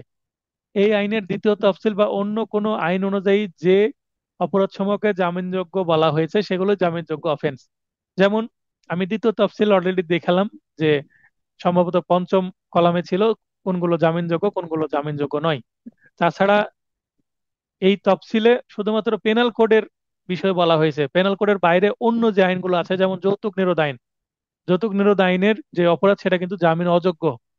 কিন্তু চেকের মামলার যেগুলো নেগোশিয়েবল ইনস্ট্রুমেন্ট অ্যাক্ট, যেটা 89 81 এর যে 138 ধারার অপরাধ, কেউ চেক দিল কিন্তু চেক ডিজনার হয়ে গেল, অর্থাৎ চেক এর মাধ্যমে টাকা পাওয়া গেল না, সেক্ষেত্রে এটা চেক ডিজনার বা প্রতারণার মামলা হয়। তো এই প্রতারণা বা চেক ডিজনার মামলায় এটা কিন্তু বেলেবল সেকশন, অর্থাৎ বেলেবল অফেন্স। তাহলে এই বেলেবল অফেন্সটা অন্য কোনো আইন অনুসারে যদি বেলেবল করা হয় তাও সেটা বেলেবল। জামিনযোগ্য অপরাধ, সরি, জামিন অযোগ্য অপরাধ, একটা জামিনযোগ্য একটা জামিন অযোগ্য। নন বেলেবল অফেন্স, অন্যান্য অপরাধ সমূহ নন বেলেবল, অর্থাৎ যেগুলো বেলেবল না সেগুলোই নন বেলেবল। তাহলে বিতে বেলেবল নন বেলেবল উভয়ই আছে। সিতে বলছে চার্জ, বিচার শুরুর আনুষ্ঠানিকতা যার পৃথক অপরাধের জন্য পৃথক শিরোনাম থাকবে এরকম বিষয়গুলোকে চার্জ বলা হবে। চার্জ গঠনের পরে কিন্তু বিচার শুরু হয়। সিভিলে যেমন বিচার্য বিষয় গঠন, বিচার্য বিষয় গঠন মানে ইস্যু গঠন, সিভিলে তেমনি ক্রিমিনালে চার্জ গঠন করতে হয়, ফ্রেমিং অফ চার্জ। এফ আমলযোগ্য অপরাধ বা কগনিজেবল অফেন্স, যেগুলো কগনিজেন্সে নেওয়া যায় বা কগনিজেবল বা আমলযোগ্য, অর্থাৎ যেগুলো পুলিশ আমলে নিয়ে গ্রেপ্তার করতে পারবে, তদন্ত শুরু করতে পারবে, ম্যাজিস্ট্রেটের কি লাগবে না, অনুমোদন লাগবে না। আর আমলযোগ্য মামলা বা কগনিজেবল কেস, এই আইনের দ্বিতীয় তফসিল বা অন্য কোনো আইন অনুযায়ী যে অপরাধের মামলায় ম্যাজিস্ট্রেটের বিনা অনুমতিতে বা গ্রেপ্তারি পরোয়ানা ছাড়াই পুলিশ কোনো আসামিকে গ্রেপ্তার করতে ও মামলার তদন্ত শুরু করতে পারবে সেগুলোকে কগনিজেবল অফেন্স এবং কগনিজেবল কেস বলা হবে। অর্থাৎ পুলিশ যেগুলো নিতে পারবে সরাসরি সেগুলো, আর যেগুলো নিতে পারবে না সেগুলো আদালতে করা যাবে অথবা সাধারণ ডায়েরি করা যাবে। এই নালিশ বা অভিযোগ, কমপ্লেন্ট, কোনো মামলা যদি পুলিশের কাছে না করে সরাসরি ম্যাজিস্ট্রেটের কাছে আদালতে দাখিল করা হয় অ্যাডভোকেটের মাধ্যমে, তো সেটাকে বলা হয় নালিশ বা কমপ্লেন্ট। আমরা সিভিল মামলায় দেখলাম বাদী আরজি দাখিলের মাধ্যমে মামলা শুরু করে, তো সেটাকে শুধু প্লেন্ট বলা হচ্ছে, আর এখানে কমপ্লেন্ট মানে অভিযোগ, নালিশ। ম্যাজিস্ট্রেটের নিকট মৌখিক বা লিখিতভাবে দায়েরকৃত মামলা যা CR case, complaint register case, case বানানটা ঠিক করে নেবেন, হিসেবে পরিচিত, নারাজি দরখাস্ত দাখিলের অন্তর্ভুক্ত হবে। এখানে CASE হবে, আর ই হয়ে আছে কেস। তবে পুলিশ রিপোর্ট বা প্রতিবেদন নালিশের অন্তর্ভুক্ত নাই, কোনো পুলিশ রিপোর্ট বা কোনো পুলিশ প্রতিবেদনকে কিন্তু নালিশ বলা যাবে না। তাহলে মৌখিক ভাবেও কিন্তু কমপ্লেন্ট দেওয়া যাবে, কিন্তু মৌখিক কমপ্লেন্ট সাধারণত এখন কোর্ট নাই না, লিখিত কমপ্লেন্টই আমরা নিতে দেখি। আমি কখনো মৌখিক কমপ্লেন্ট নিতে দেখিনি। বর্তমান সময়ে মানুষ মৌখিক কমপ্লেন্ট করে না, যদি অ্যাডভোকেটের ফি দেওয়ার মতো ক্ষমতা না থাকে। লিগ্যাল এড আছে, লিগ্যাল এডের মাধ্যমে কি করা যাবে? বিনা খরচায় মামলা করা যাবে। কে কে দফাতে বলা হচ্ছে অনুসন্ধান বা ইনকুইরি এই আইনের অধীন কোনো ম্যাজিস্ট্রেট বা আদালত কর্তৃক পরিচালিত অনুসন্ধান কোনো বিচার কার্যক্রম বা তদন্ত অনুসন্ধানের অন্তর্ভুক্ত নয়। তাহলে তদন্ত কিন্তু অনুসন্ধান না, ম্যাজিস্ট্রেট কিন্তু তদন্ত করে, সরি ম্যাজিস্ট্রেট কিন্তু অনুসন্ধান করে আর পুলিশ তদন্ত করে। আয়ে তদন্ত বা ইনভেস্টিগেশনের কথা বলা হচ্ছে এই আইনের অধীন সাক্ষ্য গ্রহণের উদ্দেশ্যে পুলিশ কর্মকর্তা কর্তৃক বা ম্যাজিস্ট্রেটের নিকট হতে অনুমোদন প্রাপ্ত অন্য কোনো ব্যক্তি কর্তৃক পরিচালিত সকল কার্যক্রম, অর্থাৎ পুলিশ যেটা করে সেটা হচ্ছে তদন্ত, আর ম্যাজিস্ট্রেট বা ম্যাজিস্ট্রেটের আন্ডারে কেউ করলে সেটা হয় হচ্ছে অনুসন্ধান। লিখিত পরীক্ষায় কিন্তু অনুসন্ধান তদন্তর পার্থক্য আসে, ছোট করে প্রশ্ন আবার ভাইভাতেও কিন্তু আসে। এন আমল অযোগ্য অপরাধ বা নন কগনিজেবল অফেন্স এবং আমল অযোগ্য মামলা বা নন কগনিজেবল কেস, এখানে কেস বানানটা সঠিক আছে। যে অপরাধের মামলায় ম্যাজিস্ট্রেটের বিনা অনুমতিতে বা গ্রেপ্তারি পরোয়ানা ছাড়া পুলিশ কোনো আসামিকে গ্রেপ্তার করতে পারে না বা মামলার তদন্ত শুরু করতে পারে না, সেটাকে বলা হবে নন কগনিজেবল। ওতে অফেন্স, দেখেন ও ও এর সাথে অফেন্সের প্রথমে ও আছে, অনেকটা মিল আছে, ও অফেন্স। যে কোনো কার্য বা কার্যবিরতি দ্বারা প্রচলিত আইনে শাস্তিযোগ্য কোনো বিষয়গুলো কি অফেন্স। অফেন্সের সংজ্ঞা কিন্তু পেনাল কোডের 40 ধারাতেও আছে। কিউ স্থান বা place includes also a house building tent and vessel, এগুলোকে প্লেস বা স্থান বলা হবে। আমি একটা বাংলা করে নিয়ে ইংরেজি রেখেছি, বাংলাটা আপনারা বুঝতেই পারছেন। ভেসেল বলতে কি বোঝায়? ভেসেল মানে হচ্ছে কোনো শিপ, মানে পানির উপরে যেটা চলে, নদীতে বা সাগরে চলে যেগুলো। জলযান। পুলিশ স্টেশন সাধারণ বা বিশেষভাবে সরকার কর্তৃক ঘোষিত যে কোনো স্থান বা স্থানীয় এলাকাকে পুলিশ স্টেশন বলা হবে। টি টিতে পাবলিক প্রসিকিউটরের সংখ্যা দেওয়া আছে। এই আইনের 492 ধারায় নিয়োগপ্রাপ্ত যে কোনো ব্যক্তিকেই পাবলিক প্রসিকিউটর বলা হবে, অর্থাৎ পাবলিক প্রসিকিউটর সম্পর্কে জানতে হলে 492 আমাদের পড়তে হবে। এটা হয়ে গেল এই গুরুত্বপূর্ণ সংজ্ঞাগুলো। এবার ধারা 4A, শুধু ম্যাজিস্ট্রেট বলতে কাকে বোঝানো হবে? জুডিশিয়াল ম্যাজিস্ট্রেটকে বোঝাবে। যদি ম্যাজিস্ট্রেট শব্দের আগে জুডিশিয়াল শব্দ নাও থাকে, জাস্ট ম্যাজিস্ট্রেট থাকলে সেটাকে জুডিশিয়াল ম্যাজিস্ট্রেট বোঝানো হবে। আর যদি কোনো এক্সিকিউটিভ ম্যাজিস্ট্রেট বোঝাতে হয় তাহলে অবশ্যই এক্সিকিউটিভ শব্দটা আগে থাকতে হবে। তার মানে just magistrate equal to judicial magistrate. Just magistrate বলতে এক্সিকিউটিভ ম্যাজিস্ট্রেটকে বোঝানো হবে না। এক্সিকিউটিভ ম্যাজিস্ট্রেটকে বোঝাতে হলে এক্সিকিউটিভ শব্দটা লাগাতে হবে আগে, সেটা বোঝানো হচ্ছে। ধারা 6, ফৌজদারি আদালতের শ্রেণীবিভাগ, ক্লাসেস অফ ক্রিমিনাল কোর্টস প্রধানত দুই প্রকার, আমরা অলরেডি চার্টে দেখেছি। আপনারা এই 6 ধারা পড়তে গিয়ে প্রয়োজনে আবার একটু পেছনে গিয়ে 176 ধারায় মনে হয় বা 177, সরি 177 বা 176 পেজে কি দেখলাম চার্ট আছে, চার্টটা আবার একটু ঘুরিয়ে দেখবেন। 1 নম্বরে দায়রা জজ আদালত এবং ম্যাজিস্ট্রেট আদালত। তাহলে দায়রা জজ একটু উচ্চ পর্যায়ে আছে, যদিও নিম্ন আদালত, মানে জেলা পর্যায়ে আদালত। তাহলে দায়রা জজ এবং ম্যাজিস্ট্রেট দুই ভাবে ভাগ করা হচ্ছে। ম্যাজিস্ট্রেট আদালত আবার দুই প্রকার, জুডিশিয়াল ম্যাজিস্ট্রেট এবং নির্বাহী ম্যাজিস্ট্রেট, অলরেডি চার্টে কিন্তু আছে। জুডিশিয়াল ম্যাজিস্ট্রেট আবার 4 প্রকার, chief judicial, chief metropolitan magistrate আদালত বা চিফ জুডিশিয়াল ম্যাজিস্ট্রেট, মানে এখানে মেট্রোপলিটনটা ইনক্লুড করে দেওয়া হয়েছে। প্রথম শ্রেণীর ম্যাজিস্ট্রেট আদালত, এটা মেট্রোপলিটন হতে পারে এবং জুডিশিয়ালি উভয় হতে পারে। তার মানে মেট্রোপলিটন হতে হলে প্রথম শ্রেণী পর্যন্ত অ্যালাউ হয় মেট্রোপলিটন ম্যাজিস্ট্রেট হিসেবে, দ্বিতীয় শ্রেণীর ম্যাজিস্ট্রেট এবং তৃতীয় শ্রেণীর ম্যাজিস্ট্রেট শুধু জুডিশিয়াল হয়, মেট্রোপলিটন ম্যাজিস্ট্রেট দ্বিতীয় এবং তৃতীয় হয় না। তবে বাস্তবে যারা সহকারী জজ হিসেবে জুডিশিয়ারি পরীক্ষা দিয়ে বিচারক হওয়ার পরে যদি সিভিল সেকশনে তাদেরকে দেওয়া হয় তাহলে তারা সহকারী জজ হিসেবে কি করেন, যুক্ত হন।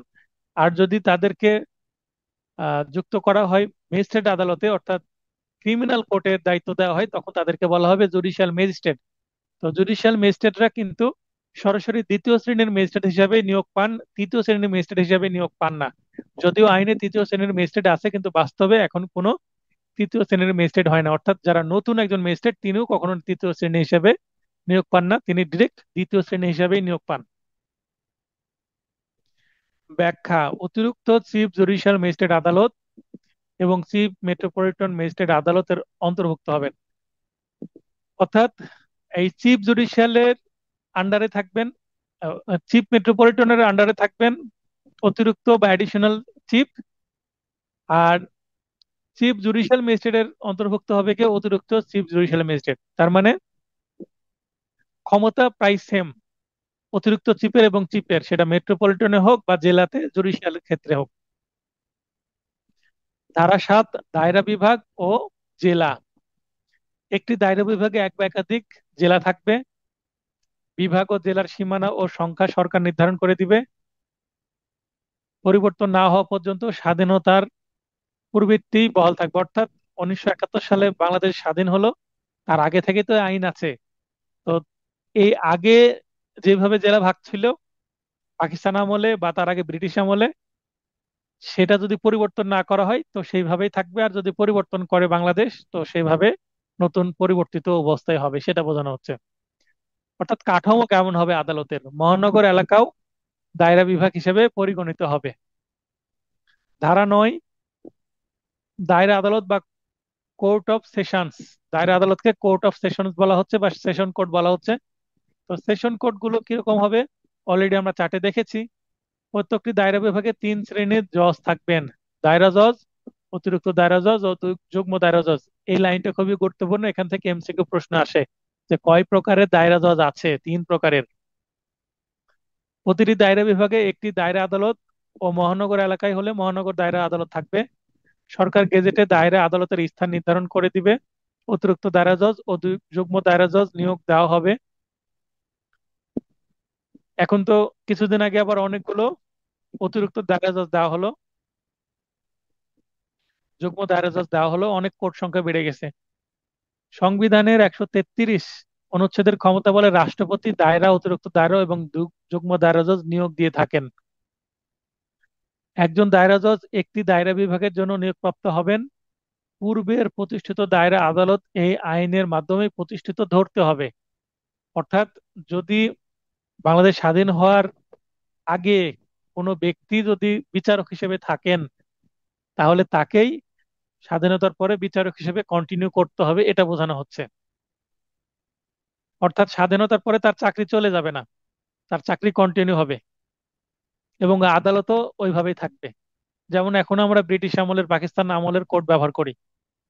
ধারা 17, নির্বাহী ম্যাজিস্ট্রেট। নির্বাহী ম্যাজিস্ট্রেট সম্পর্কে আমরা চার্টে পড়েছি। এক্সিকিউটিভ ম্যাজিস্ট্রেট, জুডিশিয়াল ম্যাজিস্ট্রেট ও মেট্রোপলিটন ম্যাজিস্ট্রেটদের অধীনে রাখা। অর্থাৎ কে কার আন্ডারে থাকবে, চার্ট দেখলে বুঝতে পারবেন কে কার আন্ডারে আছে।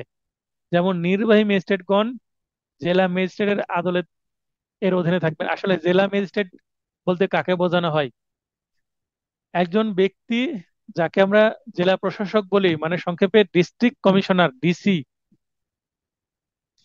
তো যিনি ডিসি তিনি কিন্তু জেলা ম্যাজিস্ট্রেট। অর্থাৎ যখন তিনি আহ প্রশাসনিক দায়িত্ব পালন করছেন তখন তাকে ডিসির দায়িত্ব রাখা হচ্ছে।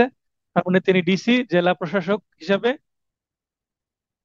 Executive head. কিন্তু যখন তিনি কিছুটা কুয়াসি জুডিশিয়াল ম্যাটার্স, যেমন এক্সিকিউটিভ ম্যাজিস্ট্রেটদেরকে যে ক্ষমতা দেওয়া হয়েছে বিচারে, সেটাকে কুয়াসি জুডিশিয়াল ম্যাটার্স বলা হচ্ছে। অর্থাৎ এই তাদের যে এখতিয়ার সেটা কুয়াসি জুডিশিয়াল, অর্থাৎ পুরোপুরি জুডিশিয়াল না, কুয়াসি অর্থাৎ আধা বিচারিক।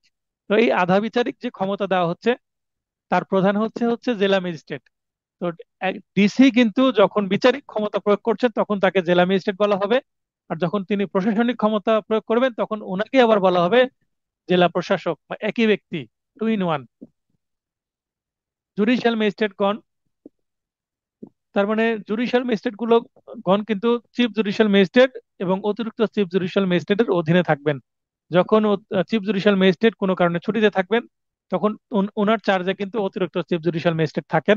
ওই সময় সকল judicial magistrate, senior judicial, judicial সবাই চিফ জুডিশিয়ালের আন্ডারে যেহেতু ছিলেন, ওই সময় চিফ জুডিশিয়াল ছুটিতে থাকলে বা ট্রান্সফার হয়ে গেলে, ওই সময় কোনো চিফ জুডিশিয়াল না থাকলে অতিরিক্ত চিফ জুডিশিয়ালের আন্ডারে চলে যাবেন।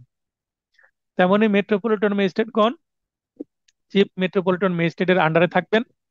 যদি চিফ মেট্রোপলিটন ম্যাজিস্ট্রেট কোনো কারণে ছুটি হয় বা বদলিতে যান কোনো কারণে, তিনি যদি দায়িত্বে না থাকেন তাহলে তার দায়িত্ব কে পালন করবে? অতিরিক্ত চিফ জুডিশিয়াল ম্যাজিস্ট্রেট, অর্থাৎ সকল মেট্রোপলিটন ম্যাজিস্ট্রেট গুলো অতিরিক্ত চিফ মেট্রোপলিটন ম্যাজিস্ট্রেটের অধীনে থাকবেন ওই সময়। জুডিশিয়াল ম্যাজিস্ট্রেটগণ মানে যত জুডিশিয়াল ম্যাজিস্ট্রেট আছে এবং চিফ জুডিশিয়াল ম্যাজিস্ট্রেট যতগুলো আছে এবং অতিরিক্ত চিফ জুডিশিয়াল ম্যাজিস্ট্রেট সবাই আবার কিন্তু দায়রা জজের অধীনে থাকবেন। মানে দায়রা জজ থেকে আমি লাইন টেনেছি না চার্টে, তার মানে যতগুলো ম্যাজিস্ট্রেট আছে সবগুলোই কি দায়রা জজের আন্ডারে চলে যাবে। এবং মেট্রোপলিটন এলাকায় metropolitan magistrate, chief metropolitan magistrate এবং অতিরিক্ত চিফ মেট্রোপলিটন ম্যাজিস্ট্রেট সবাই আবার মহানগর দায়রা জজ বা মেট্রোপলিটন সেশন জাজের আন্ডারে থাকবেন। মানে আন্ডারে কেন রাখা হচ্ছে, অধীনে কেন রাখা হচ্ছে, মানে কে কার নির্দেশনা অনুসারে অনুসারে চলবে এবং কে কার কাজের দায়িত্ব বন্টন করে দিবে এটা বলা হচ্ছে। আর 21 চিফ মেট্রোপলিটন ম্যাজিস্ট্রেট, সংক্ষেপে সিএমএম। আমি অনেক সময় সংক্ষেপে ব্যবহার করতে পারি সিএমএম। সিএমএম বলতে চিফ মেট্রোপলিটন ম্যাজিস্ট্রেট, আর সিজেএম মানে চিফ জুডিশিয়াল ম্যাজিস্ট্রেট, আর এসিএমএম মানে অতিরিক্ত চিফ মেট্রোপলিটন ম্যাজিস্ট্রেট। এর ক্ষমতা, তাহলে সিএমএম এর ক্ষমতা কি হবে? নিম্ন বর্ণিত বিষয়সমূহ নিয়ন্ত্রণের জন্য কার্যবিধির সঙ্গে সামঞ্জস্যপূর্ণ কিছু উনি বিধি প্রণয়ন করবেন। যেমন আমাদের রাজশাহী কোর্টে যারা প্র্যাকটিস করেন তারা দেখবেন, বাংলাদেশের অন্য কোর্টেও আশা করি এরকমই হয়, 2 মাস 3 মাস পর পর আমলি আদালত পরিবর্তন হয়। যেমন আমাদের বাগমারা আদালত এক ম্যাজিস্ট্রেট করতেন, 2 মাস 3 মাস পরে আবার পরিবর্তন হয়ে যাচ্ছে। এটা কে করেন? এই সিএমএম কোর্ট এইভাবে চেঞ্জ করে দেন। এই ক্ষমতা তাকে দেওয়া হয়েছে, 21 ধারা অনুসারে তাকে এই ক্ষমতা দেওয়া হয়েছে। তাহলে এখানে কার্যবিধির সাথে সামঞ্জস্য রেখে উনি করবেন, কার্যবিধির বাইরে গিয়ে কোনো কিছু করতে পারবেন না। আবার মেট্রোপলিটন ম্যাজিস্ট্রেটগণের মধ্যে কার্য বন্টন, এই যে কার্য বন্টন করতে পারবেন। পরিচালনক কর্ম প্রণালী কেমন হবে সেটা বলে দিবেন। মেট্রোপলিটন ম্যাজিস্ট্রেটগণের বেঞ্চ গঠন, বেঞ্চ সমূহে বসার সময় ও স্থান নির্ধারণ, মেট্রোপলিটন ম্যাজিস্ট্রেটগণের অধিবেশনে অভিমতের পার্থক্য নিষ্পত্তির পদ্ধতিগুলো আবার উনি বিধি প্রণয়ন করার মাধ্যমে ঠিক করে দিবেন। এমন অন্য কোনো বিষয় যার মাধ্যমে অধস্তন ম্যাজিস্ট্রেটগণের উপর নিয়ন্ত্রণ আরোপ করা যায় এরকম মানে নিয়ন্ত্রণ আরোপ করবেন। মানে অন্যান্য ওনার আন্ডারে যে ম্যাজিস্ট্রেট গুলো আছে তাদেরকে কন্ট্রোল করবেন, পরিচালিত করবেন। সিএমএম এর যেমন আছে এই সেম সেম ক্ষমতা কিন্তু আবার সিজিএম এরও আছে, সেই ধারাটা আমরা রাখিনি এখানে। 22 মফস্বল এলাকার জাস্টিস অব দি পিস। এই জাস্টিস অব দি পিস কিন্তু আমি 22 সাল থেকে, এই নোটটা 22 সাল থেকে আমি দিচ্ছি। তো নোটটার সৃষ্টি হয়েছে কিন্তু 20 সাল থেকে। তো এই 20 সালের পরে 22 সালে ভিডিও আসে, তো তখন থেকে কিন্তু এই এই জাস্টিস অফ পিস কিন্তু ছিল। জাস্টিস অফ পিস থেকে ইতিপূর্বে কখনো প্রশ্ন আসেনি, কিন্তু রিসেন্টলি কিন্তু প্রশ্ন এসেছে। তার মানে আমার নোটে রাখাটা সার্থক হয়েছে। তো মফস্বল এলাকায় জাস্টিস অফ পিস হচ্ছে বাংলাদেশের সকল বাসিন্দাকে বলা হবে, অর্থাৎ আমার এলাকার যে শান্তি রক্ষা করা আমার দায়িত্ব। কেউ যদি কোনো অঘটন করে পুলিশকে খবর দেওয়া বা আমি অন্যায় প্রতিরোধ করার যতটুকু আমার সম্ভব আমি করব। যেমন ধর্ম অনুসারে যদি অন্যায় আমি দেখি তাহলে অন্যায়ের প্রতিবাদ করতে হবে। তো এই অন্যায়ের প্রতিবাদ করাটাই হচ্ছে জাস্টিস অফ পিসের একটা বিষয়। আর যদি আমি অন্যায় প্রতিবাদ না করতে আমি পুলিশকে ফোন দিতে পারবো, 999 ফোন দিতে পারবো। অথবা আমি অন্যায় দেখলে কি বলা হচ্ছে ধর্মে, আমি যদি প্রতিরোধ না করতে পারি নিষেধ করব, নিষেধ না করতে পারলে অন্তত মনে মনে ঘৃণা করব অন্যায়কে। তো এটা হচ্ছে জাস্টিস অফ পিস, অর্থাৎ এলাকায় শান্তি রক্ষা করার জন্য একজন ব্যক্তির কেমন দায়িত্ব হবে। আর 25-এ বলা হচ্ছে পদাধিকার বলে justice of the piece supreme কোর্টের বিচারপতিগণ। সমগ্র বাংলাদেশে সুপ্রিম কোর্টের যত বিচারপতি আছেন, জাস্টিস আছেন, সবাই সমগ্র বাংলাদেশের শান্তির শৃঙ্খলা রক্ষা করার জাস্টিস অফ পিস বলা হবে। দায়রা জজ, চিফ জুডিশিয়াল ম্যাজিস্ট্রেট এবং মেট্রোপলিটন ম্যাজিস্ট্রেটগণ কিন্তু আবার স্ব স্ব এলাকার জন্য জাস্টিস অফ পিস হিসাবে দায়িত্ব পালন করবেন। ধারা 29B কিশোর, 15 বছরের কম বয়স্ক ব্যক্তিকে কিশোর বলা হবে। 15 বছর হয়ে গেলে আর কিশোর বলা হবে না। এর ক্ষেত্রে এখতিয়ার কি? শিশু আদালত বিচার করবে যদি শিশু আদালত থাকে। যেমন আমাদের রাজশাহীতে শিশু আদালত দুইটা আছে, নারী শিশু নির্যাতন দমন ট্রাইব্যুনালেই কিন্তু ট্রাইব্যুনাল দুইটা আছে, 1 এবং 2। তো এখানেই শিশু আদালত ইনক্লুড করে দেওয়া হয়েছে 1 এবং 2। Chief judicial magistrate, chief metropolitan magistrate বা বিশেষ ক্ষমতাপ্রাপ্ত ম্যাজিস্ট্রেট বিচার করবেন। 29C। আচ্ছা, এই মুহূর্তে আমরা বিরতিতে যাচ্ছি, বিরতির পরে আমরা আবার বাকি ধারাগুলো আলোচনা করব। হ্যাঁ, আলোচনা করছিলাম ধারা 29C। নচিকেতা ভাই বলেন সবকিছু ঠিক আছে কিনা?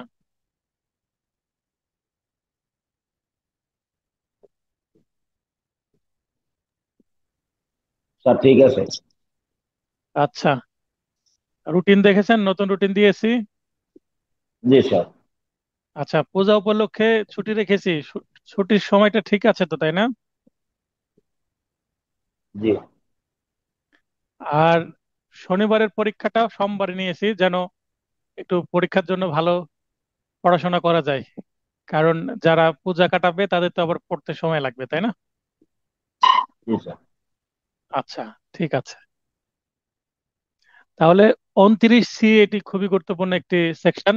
এখান থেকে প্রশ্ন আসে, যে সকল অপরাধ মৃত্যুদণ্ডে দণ্ডনীয় নয়, এই ধরনের অপরাধ, অর্থাৎ যে অপরাধ করলে মামলা হলে মৃত্যুদণ্ড দেওয়া যাবে না, তার মানে মৃত্যুদণ্ডের নিচে এই ধরনের অপরাধ সরকার হাইকোর্টের সাথে পরামর্শক্রমে বিচার করার ক্ষমতা অর্পণ করতে পারে কিছু কিছু বিচারককে, কিছু কিছু ম্যাজিস্ট্রেটকে। কাদেরকে? সিএমএম, সিজেএম বা ACJM, chief metropolitan magistrate, chief judicial magistrate অথবা অতিরিক্ত চিফ জুডিশিয়াল ম্যাজিস্ট্রেট কে মৃত্যুদণ্ডে দণ্ডনীয় নয়, এরূপ সকল অপরাধের বিচার করার ক্ষমতা অর্পণ করতে পারবে। এখন সাজা কতটুকু দিতে পারবে সেটা বলছে না, শুধু বিচার করতে পারবে সেটা বলছে। তারপরে বলছে মেট্রোপলিটন ম্যাজিস্ট্রেট অথবা যে কোনো প্রথম শ্রেণীর জুডিশিয়াল ম্যাজিস্ট্রেট,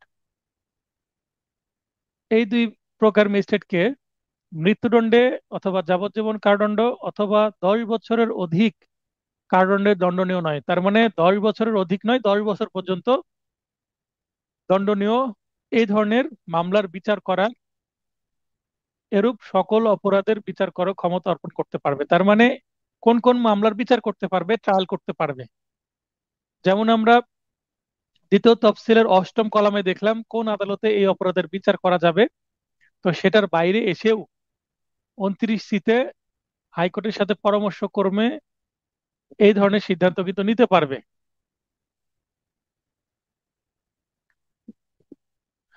সরকার।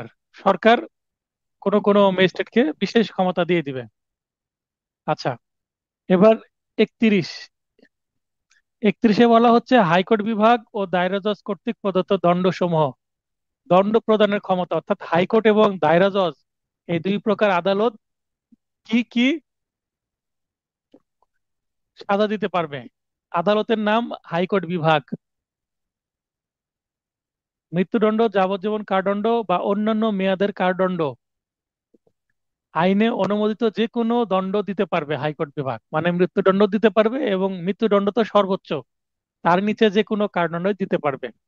এবং অর্থদণ্ড সীমাহীন তবে অত্যাধিক হবে না, অর্থাৎ যে কোনো অ্যামাউন্টের অর্থদণ্ড বা ফাইন দিতে পারবে আদালত, যদি আইনে উল্লেখ করা থাকে সেটাই, বা আইনে যদি উল্লেখ না থাকে তাহলে সীমাহীন মানে আনলিমিটেড দিতে পারবে, তবে অত্যাধিক হবে না। অর্থাৎ এখানে বিচারিক যে অভিজ্ঞতা, সেই বিচারিক অভিজ্ঞতা বা নীতি ফলো করে দিতে হবে।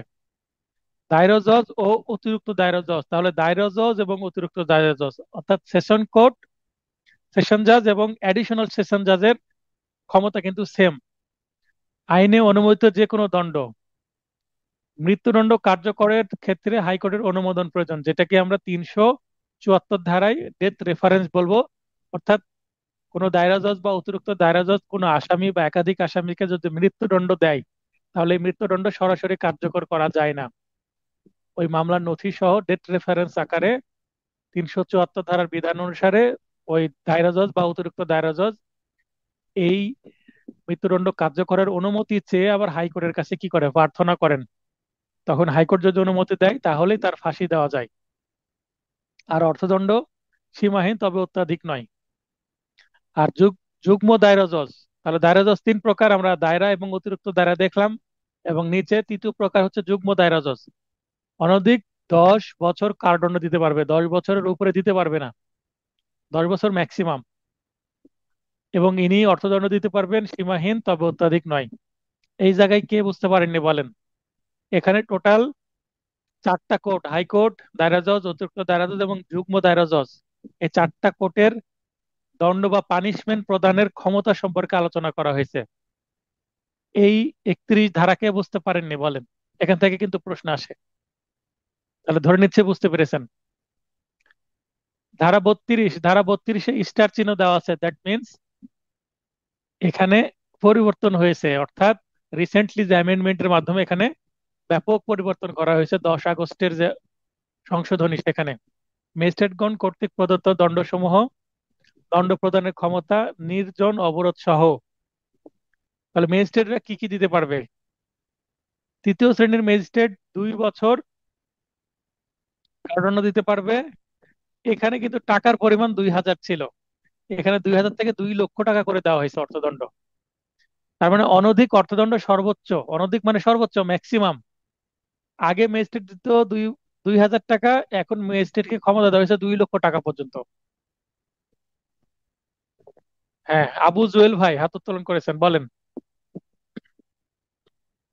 স্যার আসসালামু আলাইকুম। হ্যাঁ, ওয়ালাইকুম আসসালাম, বলেন ভাই। ভালো আছেন স্যার? হ্যাঁ, আলহামদুলিল্লাহ। আমি একটু তো আপনাকে মেসেজ দিয়েছিলাম, ওই কাজে ব্যস্ত ছিলাম স্যার। এই মাত্র ফ্রি হলাম, রেল স্টেশনে আছে, আবার স্যারকে ট্রেনে তুলে। স্যার আচ্ছা, এখানে যে ওই বললেন যে বইটাতে খুঁজে যাচ্ছে না স্যার, নোটটা এই যে একটু খালি ব্যাক করেন দেখি স্যার, সাথে বই নাই তো আমার স্যার। এর পিছনে 31 ধারায় স্যার, হ্যাঁ, এই 31 ধারায় বললেন দায়রা জজ আহ এম, এর অর্থদণ্ড হলো সীমাহীন। হুম, আনলিমিটেড। সীমাহীন হ্যাঁ, আনলিমিটেড স্যার, কিন্তু ওই যে ইয়াতে পড়ছিলাম, ওই যে দেওয়ানি কার্যবিধিতে পড়ছিলাম যে জেলা জজ এখানে 1 টাকা থেকে 5 কোটি টাকা স্যার। এটা কি স্যার কোনো তফাৎ আছে? ওটা তো দেওয়ানি কার্যবিধি, ওটা তো সিভিল মামলার দেওয়ানি ক্ষেত্রে, আমরা কার্যবিধি পড়ছি ক্রিমিনাল। সিভিল মামলার আমরা ক্ষেত্রে পড়ছি, স্যার। হ্যাঁ আমরা এটা পড়ছি ক্রিমিনাল মামলা, মানে সম্পূর্ণ ক্রিমিনাল ভিন্ন স্যার, কোড। ক্রিমিনালের তাহলে স্যার দুইটাতে দুই রকম স্যার। হ্যাঁ, এখানে কিন্তু আমি জেলা জজ বলিনি, এটা দায়রা জজ। যদিও একই দায়রা জজ ব্যক্তি, স্যার। জেলা ও দায়রা জজ জি যদিও স্যার। একই ব্যক্তি একই কোর্টের মধ্যে হয়, কিন্তু একটা সিভিল একটা ক্রিমিনাল, পার্থক্য আছে। জি স্যার। সিভিল ক্রিমিনালের মধ্যে গুলিয়ে ফেললে হবে না, ঠিক আছে? তাহলে স্যার সিভিলের স্যার সীমাহীন। এটা ক্রিমিনাল পড়ছি, ক্রিমিনাল সরি স্যার, সীমাহীন অর্থদণ্ড, এখানে অর্থদণ্ড দেওয়ার অর্থদণ্ড। কথা বলা হচ্ছে। জি একজন স্যার। আসামিকে কারাদণ্ডের পাশাপাশি কি দেওয়া হয়? ফাইন করা হয় না, অর্থদণ্ড দেওয়া হয় না? জি স্যার। সেই ফাইন বা অর্থদণ্ডের পরিমাণটা কত হবে সেটা বলে দিচ্ছে। তো হাইকোর্ট, দায়রা জজ, অতিরিক্ত দায়রা জজ এবং যুগ্ম দায়রা জজ, এই 4 প্রকারের যে কোর্ট, এটা আনলিমিটেড দিতে পারবে, মানে ইচ্ছা মতো বেশি দিতে পারবে। ক্রিমিনালের কিন্তু স্যার আবার বলে সীমাহীন, দিচ্ছে, জেলা জজ হ্যাঁ করতে পাঁচ সীমাহীন, কোটি হ্যাঁ। স্যার। 5 জি স্যার। কোটির কথাটা এখানে নিয়ে জি আসে না, স্যার সেটা ক্লিয়ার স্যার। সম্পূর্ণ ভিন্ন জিনিস। ঠিক জি আছে। স্যার ক্লিয়ার স্যার এবার স্যার। আর জি স্যার। যদি কোনো আসসালাম। ধারাতে, কোনো ধারাতে যদি দেওয়া থাকে যে এত দেওয়া যাবে, যেমন আমরা দেখেছি পেনাল কোডে 5,000, তারপরে 1,000, 2,000, তারপরে 3,000 জি বা স্যার। 500 টাকা, 1,000 টাকা অর্থদণ্ড যদি উল্লেখ করা থাকে, তাহলে ম্যাক্সিমাম সেটাই দিতে পারবে। আর যদি উল্লেখ না থাকে, জাস্ট লেখা থাকে অর্থদণ্ড, যেমন 302 ধারায় মৃত্যুদণ্ড অথবা যাবজ্জীবন কারাদণ্ড অথবা অর্থদণ্ড এরকম লেখা আছে না, অথবা অর্থদণ্ড, জি তাহলে স্যার। অর্থদণ্ডের পরিমাণ উল্লেখ করা নাই 302 ধারায়, তাহলে এখানে হাইকোর্টে হোক বা দায়রা জজ হোক বা অতিরিক্ত দায়রা জজ জজ হোক, আনলিমিটেড কি দিতে পারবে? অর্থদণ্ড দিতে পারবে। অর্থদণ্ড। বুঝতে পেরেছেন? তার মানে ইচ্ছা জি স্যার। মতন উনি 1 কোটি, 2 কোটি, 3 কোটি, 5 কোটি দিতে পারবে, তবে মামলার পরিস্থিতি বিবেচনায় সেটা যেন অত্যাধিক না হয়, যেটা জি আসামির স্যার। জন্য দেওয়াটা কঠিন হয়ে যায়। মানে আসামির ক্ষমতা আছে কিনা সেটা দেখে এটা দিতে হবে, এটাকে বলা হচ্ছে অত্যাধিক, যেন আসামির জন্য সেটা অত্যাধিক না হয়। ঠিক আছে। জি জি স্যার। আচ্ছা, ক্লিয়ার স্যার, ধন্যবাদ ওকে ভাই। স্যার। আচ্ছা তাহলে স্যার। আমরা আবার 32-এ ফিরে আসি। আগে কম ছিল, এখন বাড়িয়ে 2 লক্ষ টাকা করা হয়েছে তৃতীয় শ্রেণীর জন্য। দ্বিতীয় শ্রেণীর ম্যাজিস্ট্রেটের আগে কারাদণ্ড দেওয়ার ক্ষমতা ছিল 3 বছর, 3 বছরে আছে, কিন্তু অর্থদণ্ড দেওয়ার ক্ষমতা বেড়ে গেছে, 3 লক্ষ টাকা হয়ে গেছে। প্রথম শ্রেণীর ম্যাজিস্ট্রেট ও মেট্রোপলিটন ম্যাজিস্ট্রেট, প্রথম শ্রেণীর ম্যাজিস্ট্রেট সেটা জুডিশিয়াল অথবা মেট্রোপলিটন ম্যাজিস্ট্রেট, মেট্রোপলিটন ম্যাজিস্ট্রেট হতে হলো মিনিমাম প্রথম শ্রেণীর হতে হয়। তিনি কারাদণ্ড দিতে পারতেন আগেও 5 বছর, এখনো সেটা 5 বছরই আছে, সেখানে পরিবর্তন হয়নি। কিন্তু অর্থদণ্ডের পরিমাণটা পরিবর্তন করা হয়েছে 5 লক্ষ টাকা পর্যন্ত। তো এখানে অনেক বৃদ্ধি করা হয়েছে, কারণ টাকার ভ্যালু কমে গেছে তাই। তবে জাম করে অনেক বৃদ্ধি করা হয়েছে। আগে 2,000 3,000 না, এখানে আগে 10,000 ছিল, হ্যাঁ, 10,000 থেকে বৃদ্ধি করে 5 লক্ষ টাকা করা হয়েছে। তাহলে কত বড় একটা জাম! আচ্ছা, আপনাদের পড়াতে পড়াতে আপনাদের পরীক্ষার আসার আগে পেনাল কোড নাকি পরিবর্তন হয়? যদি পেনাল কোড পরিবর্তন হয়ে গেলে তো আবার আপনাদেরকে ফাইনাল টাচ নোটে অ্যামেন্ডমেন্ট করে দিতে হবে ওই জায়গাগুলো। তো পেনাল কোডও আসলে অনেক ধারা পরিবর্তন হওয়া উচিত। যেমন 510 ধারায় অর্থদণ্ডের পরিমাণ 10 টাকা দেওয়া আছে। 10 টাকা কোনোদিন এত কম টাকা এই যুগে আর অর্থদণ্ড সঠিক হয়? তো ওইগুলো পরিবর্তন হওয়া উচিত। 33 এতে বলা হচ্ছে কতিপয় ম্যাজিস্ট্রেটগণের সাজা প্রদানের উচ্চতর ক্ষমতা, মানে 32 থেকে 33 এসে কিছুটা একাধিক, মানে কিছুটা বর্ধিত করা হয়েছে। যেমন সর্বাধিক 7 বছর। এখানে আমরা দেখলাম ম্যাজিস্ট্রেট 5 বছর দিতে পারে, কিন্তু এখানে এসে যদি অতিরিক্ত ক্ষমতা তাকে দেওয়া হয় তাহলে তিনি একটু বাড়িয়ে 7 বছর দিতে পারবেন।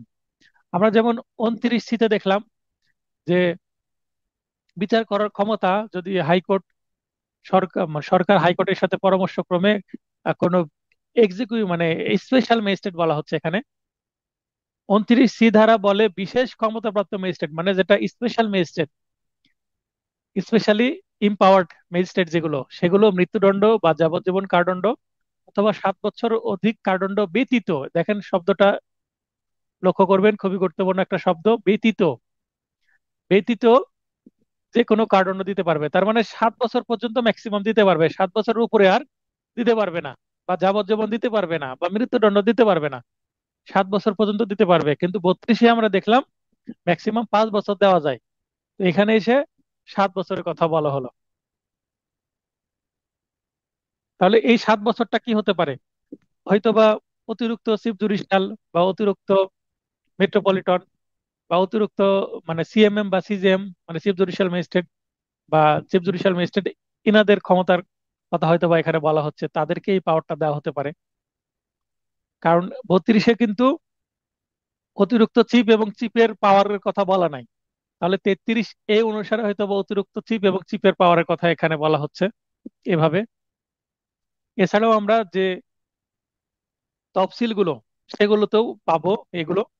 35-এতে বলা হচ্ছে দণ্ডপ্রাপ্ত ব্যক্তি বিচারকালীন হাজতে থাকলে তা কারাদণ্ড হতে বাদ যাবে। মনে করেন একজনের একটা মামলায় বিচার হচ্ছে, 3 বছরের কারাদণ্ড হলো, কিন্তু 3 বছরের কারাদণ্ডের আগেই সে মামলা হওয়ার পরে হাজতে ছিল। হাজত মানে কি? হাজত এবং জেল এর মধ্যে পার্থক্য আছে। হাজত এবং কারাদণ্ডের মধ্যে পার্থক্য আছে। কি কারাদণ্ড? কারো নামে যদি মামলা হয়, এই মামলায় রায় হওয়ার পূর্বে তাকে অ্যারেস্ট করে যদি জেলখানায় রাখা হয়, তাহলে এটাকে কাস্টডি বলা হচ্ছে। তো এটা কাস্টডি বা হাজতি সময়। এখন এই সময় যদি কেউ 1 মাস ধরে হাজতে থাকে এবং পরবর্তীতে তার যদি 3 বছর সাজা হয়, তাহলে এই যে 1 মাস আগে থেকে জেলে ছিল হাজত হিসাবে, তো এই হাজতি হিসাবে জেলে থাকার কারণে 1 মাস ওই 3 বছর থেকে মাইনাস করতে হবে, কারণ অলরেডি সে 1 মাস ভোগ করেছে তাই। আর মৃত্যুদণ্ড ব্যতীত, মৃত্যুদণ্ড যদি হয় তাহলে তো আর মাইনাস করার সুযোগ নাই, কারণ কারাদণ্ড কিভাবে মাইনাস করবে মৃত্যুদণ্ড থেকে? আনোয়ার ভাই বলেন। শোনো স্যার, হ্যাঁ, ওয়ালাইকুম আসসালাম। কারাদণ্ড হইলো 1 বছর, কিন্তু ও হাজত কাটছে 1.5 বছর, এই ক্ষেত্রে কি হবে? এই ক্ষেত্রে দুই লাইন, 2 নম্বর লাইনটা পড়ি, রায়ে প্রদত্ত দণ্ডের চেয়ে হাজতবাস বেশি হলে, আপনি যেটা বললেন, রায়ে জি দিল এক স্যার। বছর কিন্তু হাজতবাস হয়েছে 1.5 বছর, সেক্ষেত্রে কি হবে? আসামি তৎক্ষণাৎ মুক্তি পাবে। ভাই তাড়াতাড়ি ছেড়ে দাও একে, এর অতিরিক্ত সাজা হয়ে গেছে। বুঝতে পারেননি? তাহলে ম্যাজিস্ট্রেট, এমনি কি তাহলে প্রতিকার পাবে না? এই সরি, যে বেশি সময় প্রতিকার পাবে সে? এবং দেখি, অর্থদণ্ড থাকলে তা মওকুফ হবে। যদি অর্থদণ্ড থাকে, অর্থদণ্ডটা মওকুফ করে দিবে। তাহলে এটা একটা কি হলো? তার প্রতিকার। অথবা সে বের হয়ে এসে কি করতে পারে, যে আমাকে অতিরিক্ত কেন রাখা হলো, এটা বলার সুযোগ নাই। তো এটা যদি হয়, আসলে এই বর্তমানে আমি যেটা দেখেছি, যে কোর্টগুলো রায় দেওয়ার আগে জিজ্ঞাসা করে যে এর হাজত বাদ আসে কিনা। হাজতবাস যদি থাকে, হাজতবাস কাউন্ট করে, তো যতদিন হাজতবাস আছে তার থেকে বেশি কারাদণ্ড দেয় অথবা ততদিনই কারাদণ্ড দেয়। বুঝতে পেরেছেন? এরকম সিচুয়েশন হয় না, থাকলে কি হবে, তাকে তৎক্ষণাৎ মুক্তি দিতে হবে এবং তার যদি অর্থদণ্ড থাকে সেটাও মাফ করে দিতে হবে, এটাই হচ্ছে বিষয়। ঠিক জি আছে? স্যার। জি স্যার। কিন্তু এটার বিরুদ্ধে তার কোনো প্রতিকার নাই। তবে হ্যাঁ, একজন হাজতবাস থাকলো কয়েক মাস বা এক বছর, কিন্তু সে যদি খালাস পায়, খালাস পেলে এর বিরুদ্ধে প্রতিকার আছে, যে আমি তো খালাস পেলাম, সাক্ষ্য প্রমাণে আমার বিরুদ্ধে কোনো অপরাধ পাওয়া যায়নি, তাহলে আমি নিরপরাধ ব্যক্তি, আমাকে কেন হাজতে রাখা হলো, তাই না? এটার বিরুদ্ধে প্রতিকার আছে।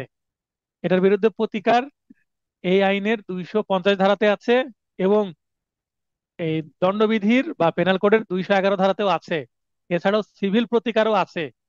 তামাদি আইনের মধ্যে দেখবেন যে কেউ যদি কাউকে ম্যালিসিয়াস প্রসিকিউশন, অর্থাৎ আম, মানে বিদ্বেষমূলক ভাবে ফৌজদারিতে সোপর্দ করে, অর্থাৎ কারোর বিরুদ্ধে মিথ্যা মামলা করে বিদ্বেষমূলক ভাবে, এবং সে, তার যদি হাজতবাস থাকে এবং সে বের হয়ে খালাস পাওয়ার পরে কিন্তু ক্ষতিপূরণের মামলা করতে পারবে সিভিল কোর্টে। বুঝতে পেরেছেন? খালাস না পারলে কিন্তু, খালাস না পেলে কিন্তু মামলা করা যায় না। ক্লিয়ার হয়েছে আনোয়ার ভাই? ধারা 36, ম্যাজিস্ট্রেটগণের সাধারণ ক্ষমতা। এখান থেকে যদি প্রশ্ন আসে, বলতে পারে যে কত ধারায় ম্যাজিস্ট্রেটের সাধারণ ক্ষমতার কথা বলা হয়েছে, general power of magistrate court, ধারা 36। কিন্তু এই ক্ষমতাগুলো বিস্তারিত জানতে হলে আপনাকে পড়তে হবে তফসিল 3, তৃতীয় তফসিল। ধারা 37, ম্যাজিস্ট্রেটগণের ওপর অর্পণযোগ্য অতিরিক্ত ক্ষমতা কত ধারায় আছে, 37 ধারায়, এবং বিস্তারিত আছে চতুর্থ তফসিলে বর্ণনা করা হয়েছে। যদি তফসিল থেকে ডিটেলে যে দু একটা প্রশ্ন করে এখানে আসবে, তবে হ্যাঁ, আমরা যখন রিটেন পড়বো, রিটেনে গিয়ে কিন্তু আমাদের এই তৃতীয় তফসিল চতুর্থ তফসিলে কিছুটা ভেতরে ঢুকতে হবে, কারণ লিখিত প্রশ্ন আসতে পারে। ধারা 46, কিভাবে গ্রেপ্তার করতে হয়, গ্রেপ্তারের পদ্ধতিটা কি, পুলিশ কিভাবে গ্রেপ্তার করবে সেটা বলা আছে এখানে। যদি কথা বা কাজে আত্মসমর্পণ করে কয়েদি স্বীকার না করে, অর্থাৎ একজন পুলিশ কি করবে, আসামিকে বলবে যে you are under arrest, hands up, এই কথা বলে না? কেউ একজন লাইনে আসেন, মজার বিষয় কিছুটা। আচ্ছা, দেওয়ান ভাই লাইনে আসেন।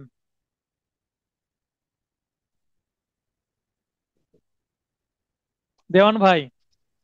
হ্যাঁ, আসসালামু আলাইকুম স্যার। ওয়ালাইকুম আসসালাম। আচ্ছা, পুলিশ কি বলে না যে you are under arrest, hands up? আমরা সিনেমাতে দেখি, বাস্তবে হয়তো বা দেখেছেন, বা বাংলা কই যে আপনি আত্মসমর্পণ করুন, নাহলে কি করা হবে, গুলি করা হবে, এরকম বলে না? স্যার সিনেমার তো এটা কমন ডায়লগ। তাই you are under arrest, hands up, এটা বাংলাদেশি স্টাইল বা ভারতীয় স্টাইল।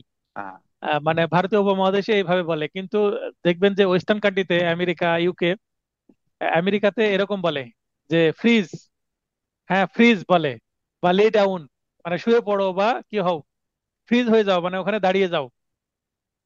তো যেটাই বলুক না কেন, এটা একটা বলার সংকেত। ওই সময় যদি কয়েদি স্বীকার করে, মানে আত্মসমর্পণ করে, মানে দৌড় না দেয় বা পুলিশের প্রতি আক্রমণাত্মক আচরণ না করে, পুলিশের প্রতি গুলি ছোড়ার চেষ্টা না করে, তাহলে কি সে দাঁড়িয়ে গেল, হাত তুললো, তবে আসামির দেহ স্পর্শ বন্দি করা যাবে।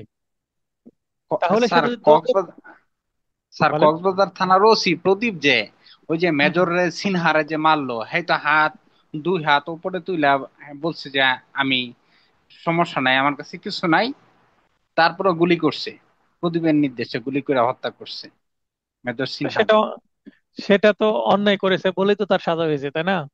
হ্যাঁ হ্যাঁ হ্যাঁ স্যার। সে নিয়ম মানেনি। এছাড়া তাদের পুলিশের জন্য আলাদা কোড আছে, সেটাও সে মানেনি। হ্যাঁ ঠিক স্যার। আছে, পুলিশ কোডও মানেনি। স্যার প্রদীপে হত্যা করে আবার একজন অ্যাডভোকেটের ফোন দিছে, ফোন দিয়ে জিজ্ঞেস করতেছে, কয় আমি তো একজন সরকারি কর্মজীবী মেরে লাইছি, এখন আমার বাঁচান। পরে উকিলে পরামর্শ দিছে, উকিলে কি পরামর্শটা দিছে এটা রেকর্ডিংটা আমি শুনছি স্যার, কিন্তু আচ্ছা, উকিলে কি পরামর্শ দিছে এটা আমার এখন এই মুহূর্তে মনে আসতেছে না, আচ্ছা। মানে ওর পরিচিত। তো যাই যাই হোক, আইনজীবী আইন সবচেয়ে বেশি জানে, এটা সবাই মানে। ঠিক আছে। আচ্ছা তো আমার কাছেও পরামর্শের জন্য অনেক পুলিশ ভাই ফোন দেয়, থানার ওসিরাও ফোন দেয়, মামলা করার পরে আগে বিপদে পড়লেও ফোন দেয়। কারণ অনলাইনে আমি ভিডিও করি, সবাই জানে যে একটু পড়াশোনা করলেই তো ভিডিও গুলো করা যায়, তাই না?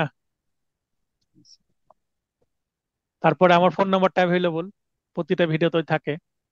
তো যাই হোক, যদি সে আত্মসমর্পণ না করে তাহলে তাকে দৌড়ে যে ধরবে, তার শরীর স্পর্শ করবে এবং বন্দি করা যাবে, মানে আটক করবে।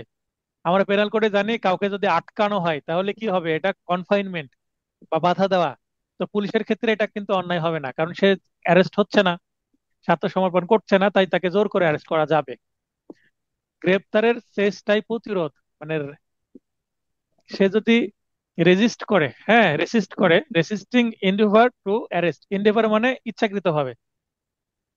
তো গ্রেপ্তার এড়ানোর জন্য যদি পুলিশের সাথে কি করে, বন্দুক যুদ্ধে জড়িয়ে পড়ে বা পুলিশকে যদি ঘুষি মারে বা দৌড়ানোর চেষ্টা করে বা গ্রেপ্তারের এড়াতে চেষ্টা করলে গ্রেপ্তারের প্রয়োজনীয় সকল পন্থা অবলম্বন করা যাবে, সেটা সিয়া 46 ধারায় বলছে। এখানে একটা গুরুত্বপূর্ণ লাইন আছে যেটা মৃত্যুদণ্ড বা যাবজ্জীবন কারাদণ্ডযোগ্য অপরাধে অভিযুক্ত ব্যক্তিকে, মানে অলরেডি মামলা হয়েছে এবং সে বড় ধরনের অফেন্স করেছে, মামলা যদি প্রমাণ হয় তার মৃত্যুদণ্ড হতে পারে বা যাবজ্জীবন কারাদণ্ড হতে পারে, তাহলে গ্রেপ্তারের ক্ষেত্রে মৃত্যু ঘটানো যেতে পারে। তার মানে তাকে মেরে ফেলাও যাবে সে যদি না আটকানো যায়। বুঝতে পেরেছেন? মানে খুব সিরিয়াস যদি অপরাধ করে পালানোর চেষ্টা করে তাকে গুলি করে মেরে ফেলা যাবে। কিন্তু গুলি করার আগেও কিছু নিয়ম কানুন আছে, সেটা মানতে হবে। আগে ফাঁকা গুলি করতে হবে, আগে ওয়ার্নিং দিতে হবে, তারপর ফাঁকা গুলি করতে হবে, তারপরে পায়ে গুলি করতে হবে। তারপরেও যদি না থামে তাহলে হয়তোবা মৃত্যু ঘটানো যেতে পারে। তো এই ক্ষেত্রে এনকাউন্টার কি করা হবে, জায়েজ করা হয়েছে। এই লাইনটা এসেছিল সম্ভবত 23 সালে। 46 এখানে স্টার চিহ্ন আছে, তার মানে এখানে বেশ কিছু কি করা হয়েছে, সংশোধন করা হয়েছে।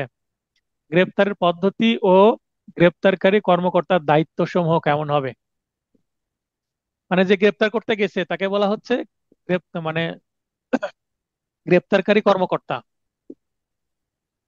কোনো পুলিশ কর্মকর্তা বা অন্য কোনো ব্যক্তি গ্রেপ্তার করলে, তাহলে পুলিশ হোক, র্যাব হোক, আর্মি হোক, যাই গ্রেপ্তার করতে যাক না কেন, বা বিজিবি হোক বা কোস্ট গার্ড হোক, অনেক ধরনের কর্মকর্তা আছে না। তো তার নামের সঠিক, তার নাম বলতে ওই যে পুলিশ পুলিশ যদি কাউকে অ্যারেস্ট করতে যায় তাহলে তার নামের সঠিক দৃশ্যমান বা স্পষ্ট পরিচয়পত্র বহন করবে, যেন তাকে সহজে শনাক্ত করা যায়। যেমন আমাদের কি থাকে, আই কার্ড থাকে, আইডেন্টিটি কার্ড থাকে, ইউনিভার্সিটির থাকে। যেমন আমি অ্যাডভোকেট, আমারও কিন্তু কি আছে, একটা আইডেন্টিটি কার্ড আছে আমার বাড়ির। তো পুলিশ তার আই কার্ড কি দৃশ্যমান করবে, হয় গলায় না হলে কোমরে, যেখানে হোক থাকবে। নিজের পরিচয় প্রকাশ এবং সে অ্যারেস্ট করতে গিয়ে সে যে একজন পুলিশ কর্মকর্তা বা র্যাব কর্মকর্তা তার পরিচয় সে প্রকাশ করবে। গ্রেপ্তারকৃত ব্যক্তি বা উপস্থিত ব্যক্তিগণ পরিচয়পত্র দেখতে চাইলে তাকে দেখাতে হবে। তার যদি পকেটে বা ওয়ালেটে যদি পরিচয়পত্র থাকে, আপনি কে, আপনার পরিচয় দেন, তাহলে পুলিশ দেখাতে বাধ্য। এগুলো করা হয়েছে নতুন করে। একটি গ্রেপ্তার সংক্রান্ত স্মারকলিপি, মেমোরান্ডাম অফ অ্যারেস্ট, খুবই গুরুত্বপূর্ণ। কাকে অ্যারেস্ট করা হলো তার বিস্তারিত একটা ফর্ম পূরণ করতে হবে, প্রস্তুত করতে হবে, যা অবশ্যই অন্তত একজন সাক্ষী দ্বারা সত্যায়িত করাতে হবে, অর্থাৎ যেন ভুল ব্যক্তি অ্যারেস্ট না হয়। এই কারণে এটা করা, না হলে অনেক মামলায় ভুল ব্যক্তি অ্যারেস্ট হয়ে কিন্তু বিপদে পড়ে। যিনি গ্রেপ্তারকৃত ব্যক্তির পরিবারের সদস্য হতে পারে বা উক্ত এলাকার কোনো সম্মানিত বাসিন্দা হতে পারে, গণ্যমান্য ব্যক্তি। যদি কোনো সাক্ষী পাওয়া না যায় তবে স্মারকলিপিতে তার কারণ লিপিবদ্ধ করতে হবে, অর্থাৎ পরিবারের লোকও পেলাম না, সম্মানিত ব্যক্তিও পেলাম না ওই মেমোরান্ডাম অফ অ্যারেস্টের ফর্মে সই নেওয়ার জন্য। তা কেন পেলাম না, কি কারণে পেলাম না সেটা উল্লেখ করতে হবে। আর যদি পাওয়া যায় তাহলে তাদের স্বাক্ষর নিতে হবে, অর্থাৎ অ্যারেস্টের সঠিক ব্যক্তিকে অ্যারেস্ট করা হয়েছে সেটার প্রমাণ স্বরূপ, যেন সাধারণ নিরপরাধ ব্যক্তির ভোগান্তি না হয়। যদি প্রত্যাখ্যান করে তবে গ্রেপ্তারকৃত ব্যক্তির স্বাক্ষর বা আঙ্গুলের ছাপ নিতে হবে। অর্থাৎ স্বাক্ষর দিতে যদি না চায় সেক্ষেত্রে ছাপ নিতে হবে, কারণ কাউকে তো জোর করে স্বাক্ষর নেওয়া যায় না, কিন্তু ছাপ কিন্তু জোর করে নেওয়া যায়। বাসস্থান ব্যতীত অন্য কোনো স্থানে গ্রেপ্তারের ক্ষেত্রে ঘন্টার মধ্যে পরিবারের সদস্য, আত্মীয় বা কোনো বন্ধুকে গ্রেপ্তারের সময়, স্থান ও হেফাজতে রাখার স্থান সম্পর্কে জানাতে হবে। তার মানে আমরা এর আগে জানতাম যে গুম গুম করে নাই, গ্রেপ্তার করে কোথায় নিয়ে গেল জানতে পারে না পরিবারের লোকজন। তো এই যে গুম বা নিখোঁজ করে দেওয়া আটকানোর জন্য এটা যুক্ত করা হয়েছে। আর বাড়ি ব্যতীত বা তার মানে যেখানে সে কাজ করে সেই জায়গা ব্যতীত এমন একটা জায়গায় অ্যারেস্ট করলো যে কেউ জানতে পারলো না, সেক্ষেত্রে 12 ঘন্টার মধ্যে তার পরিবারের সদস্যকে ফোন করে জানাতে হবে, অথবা কোনো আত্মীয় স্বজনকে বা কোনো বন্ধুকে ফোন করে জানাতে হবে যে মিস্টার এক্স কে এতটা সময় এই স্থান থেকে গ্রেপ্তার করা হয়েছে এবং তাকে এই থানাতে রাখা হয়েছে, এটা জানিয়ে দিতে হবে, যেন একটা ব্যক্তিকে যেন গুম করা না যায়, একটা স্বচ্ছতা তৈরি করার জন্য। গ্রেপ্তারকৃত ব্যক্তির শরীরে কোনো আঘাতের চিহ্ন থাকলে মেডিকেল অফিসার বা রেজিস্টার্ড মেডিকেল প্র্যাকটিশনার দ্বারা প্রাথমিক চিকিৎসার ব্যবস্থাকরণ ও সার্টিফিকেট গ্রহণ সহ আঘাতের কারণ লিপিবদ্ধ করতে হবে। অর্থাৎ আমরা সিভিল সার্জন যেটাকে বলি সেটাকে মেডিকেল অফিসার বলা হচ্ছে। তো ওই যাকে অ্যারেস্ট করা হলো ওই অভিযুক্ত ব্যক্তির যদি গায়ে কি থাকে, আঘাতের চিহ্ন থাকে, তাহলে তার প্রাথমিক চিকিৎসাকে করতে হবে। তারপর কেন এই আঘাত তার গায়ে লেগেছে, কিভাবে অ্যাক্সিডেন্ট হয়েছে, না পুলিশ আঘাত করেছে, না ধরপাকড়াও করতে গিয়ে আঘাত পেয়েছে, না দৌড়াতে গিয়ে নিজে পড়ে গিয়ে আঘাত পেয়েছে, এটা কি করতে হবে, ওই সার্টিফিকেটে উল্লেখ করতে হবে। 12 ঘন্টার মধ্যে পছন্দের আইনজীবী বা নিকট আত্মীয়ের সাথে দেখা করারও কিন্তু সুযোগ দিতে হবে। সে যদি বলে আমি আমার আইনজীবীর সাথে দেখা করতে চাই, আইনজীবী অমুক একটা আইনজীবীর সাথে যোগাযোগ করতে চাই, ব্যবস্থা করেন, করতে হবে। অথবা কোনো আত্মীয়ের সাথে দেখা করতে চাইলেও করাতে হবে। এগুলো হচ্ছে যাকে গ্রেপ্তার করা হলো তার সুরক্ষার জন্য করা হয়েছে। কেন করা হয়েছে সেটা কি বুঝতে পারছেন আনোয়ার ভাই? জি স্যার। এটা নতুন আইন, এটা এই সেকশনটা পুরোটাই নতুন, 46-এ একেবারে ফ্রেশ একটা নিউ সেকশন। তো এটা কেন করা হয়েছে বুঝতে পারছেন তো, যেন গুম আটকানো যায়। জি স্যার। আরো একটা 46 বিও যুক্ত করা হয়েছে নতুন, 46 সিও নতুন, 46 ডিও, এখানে অনেক কয়টা নতুন সেকশন আছে। গ্রেপ্তারের বিষয়ে অফিসিয়াল রেজিস্টার ও সাধারণ ডায়েরিতে লিপিবদ্ধকরণ ও তথ্য প্রদান, মানে গ্রেপ্তার করে রেজিস্টার অন্তর্ভুক্ত করতে হবে, জিডি করতে হবে গ্রেপ্তারের বিষয়ে। গ্রেপ্তারের কারণ, অভিযোগকারী বা তথ্য প্রদানকারীর নাম ও বিবরণ, অবগত আত্মীয় বা বন্ধুর নাম ও বিবরণ, মানে কার থেকে কি কারণে গ্রেপ্তার করেছে এবং কে অভিযোগ করেছে বা কে তথ্য দিয়েছে, মানে মামলা করেছে কে। তারপরে কাকে জানানো হয়েছে, কোন আত্মীয়কে বা কোন বন্ধুকে জানানো হয়েছে গ্রেপ্তারের বিষয়ে, এগুলো বিবরণ থাকতে হবে। এবং হেফাজতে আটককারী কর্মকর্তার নামও বিবরণ থাকবে, মানে কে আটক রেখেছে, কার কাছে আটক রাখা হয়েছে সেটা বলতে হবে। হেফাজতে আটক বলতে কোনো থানায় যদি রাখা হয় সেটার কথা বলা হচ্ছে। নিজ পুলিশ স্টেশনের অধীন গ্রেপ্তার করা হলে সাধারণ ডায়েরিতে লিপিবদ্ধ করবে এবং নিজ পুলিশ স্টেশনের বাইরে গ্রেপ্তার করা হলে ভারপ্রাপ্ত কর্মকর্তা বা ওসি কে স্মারকলিপির একটি কপি প্রদান করতে হবে। অর্থাৎ যদি অন্য থানার আন্ডারে করা হয় তাহলে ওই থানার ওসি কে আবার একটা কপি দিতে হবে যে আপনার থানা থেকে একটা আসামিকে ধরে নিয়ে যাচ্ছে আমার থানায়। গ্রেপ্তারকৃত ব্যক্তির কোনো আত্মীয়, বন্ধু বা প্রতিবেশী চাইলে ওই গ্রেপ্তারের তথ্য প্রদান করতে হবে, যে কেন করা হলো, এই যে অফিসিয়াল রেজিস্টারে যেগুলো লিপিবদ্ধ করা হবে এগুলো তথ্য দিতে হবে। সাধারণত মামলা হওয়ার পর থানায় থেকে যখন আদালতে আসে আমরা আদালত থেকে এই তথ্যগুলো নিয়ে নিই। 46 সি, গ্রেপ্তারের তথ্য সংরক্ষণ ও প্রদর্শনের জন্য নির্ধারিত পুলিশ কর্মকর্তা। প্রতিটি জেলায় সুপারিনটেন্ডেন্ট অফ পুলিশ বা মেট্রোপলিটন এলাকায় পুলিশ কমিশনার সদর দপ্তরে গ্রেপ্তারের তথ্য সংরক্ষণ ও প্রদর্শনের জন্য অ্যাসিস্ট্যান্ট সাব ইন্সপেক্টর, মানে এএসআই এর নিম্নে নয় এরকম পদমর্যাদার একজন পুলিশ কর্মকর্তা, মানে সর্বনিম্ন এএসআই পদবের হতে হবে, দায়িত্ব অর্পণ করবেন। এবং গ্রেপ্তারের তথ্য প্রতিটি থানা ও সদর দপ্তরে সম্ভব হলে ডিজিটাল মাধ্যমে নিয়মিত প্রদর্শন করতে হবে, মানে যাকে যাকে গ্রেপ্তার করা হয়েছে তার নাম প্রদর্শন করতে হবে। যেমন জেলখানার সামনে দেখবেন একটা বড় ডিজিটাল কি থাকে, মনিটর থাকে, সেখানে কি থাকে, যাদের যাদের জামিন হয়েছে তাদের নাম চলে আসে যে এরা আজকে বের হবে। তেমনি কাকে কাকে গ্রেপ্তার করা হলো ওই থানা এবং এই জায়গাগুলোতে যেটা উল্লেখ করলাম ডিজিটাল যে মনিটর, সেখানে প্রদর্শন করতে হবে যেন মানুষ জানতে পারে কাকে অ্যারেস্ট করা হয়েছে। মানে একেবারে গ্রেপ্তারের স্বচ্ছতা দেখানোর জন্য এগুলো করা হয়েছে। দিতে বলা হচ্ছে গ্রেপ্তারকৃত ব্যক্তির স্বাস্থ্য ও নিরাপত্তা। গ্রেপ্তারকৃত ব্যক্তির স্বাস্থ্য ও নিরাপত্তার যত্ন নেওয়া গ্রেপ্তারকারী ব্যক্তির কর্তব্য। যে অ্যারেস্ট করলো তাকে দেখতে হবে আমি যাকে ধরলাম তার স্বাস্থ্য ঠিক আছে কিনা, তার চিকিৎসার দরকার আছে কিনা, সে যেন মারা না যায়, অসুস্থ হয়ে না যায়। এই নিরাপত্তার দায়িত্ব তাকে নিতে হবে, শুধু গ্রেপ্তার করলেও হবে না। 46 মেডিকেল অফিসার দ্বারা গ্রেপ্তারকৃত ব্যক্তির স্বাস্থ্য পরীক্ষা। কি বিধান? একে বলা হচ্ছে গ্রেপ্তারকৃত ব্যক্তিকে অসুস্থ মনে হলে বা শরীরে কোনো আঘাতের চিহ্ন থাকলে যথাশীঘ্র কোনো মেডিকেল অফিসার বা রেজিস্টার্ড মেডিকেল প্র্যাকটিশনার দ্বারা স্বাস্থ্য পরীক্ষা করতে হবে। অর্থাৎ সরকারি সিভিল সার্জন অথবা যে কোনো রেজিস্টার্ড মেডিকেল প্র্যাকটিশনার, মানে কোনো ডাক্তার যে সরকারি নাও হতে পারে তার কাছে নিয়ে গিয়ে পরীক্ষা করতে হবে।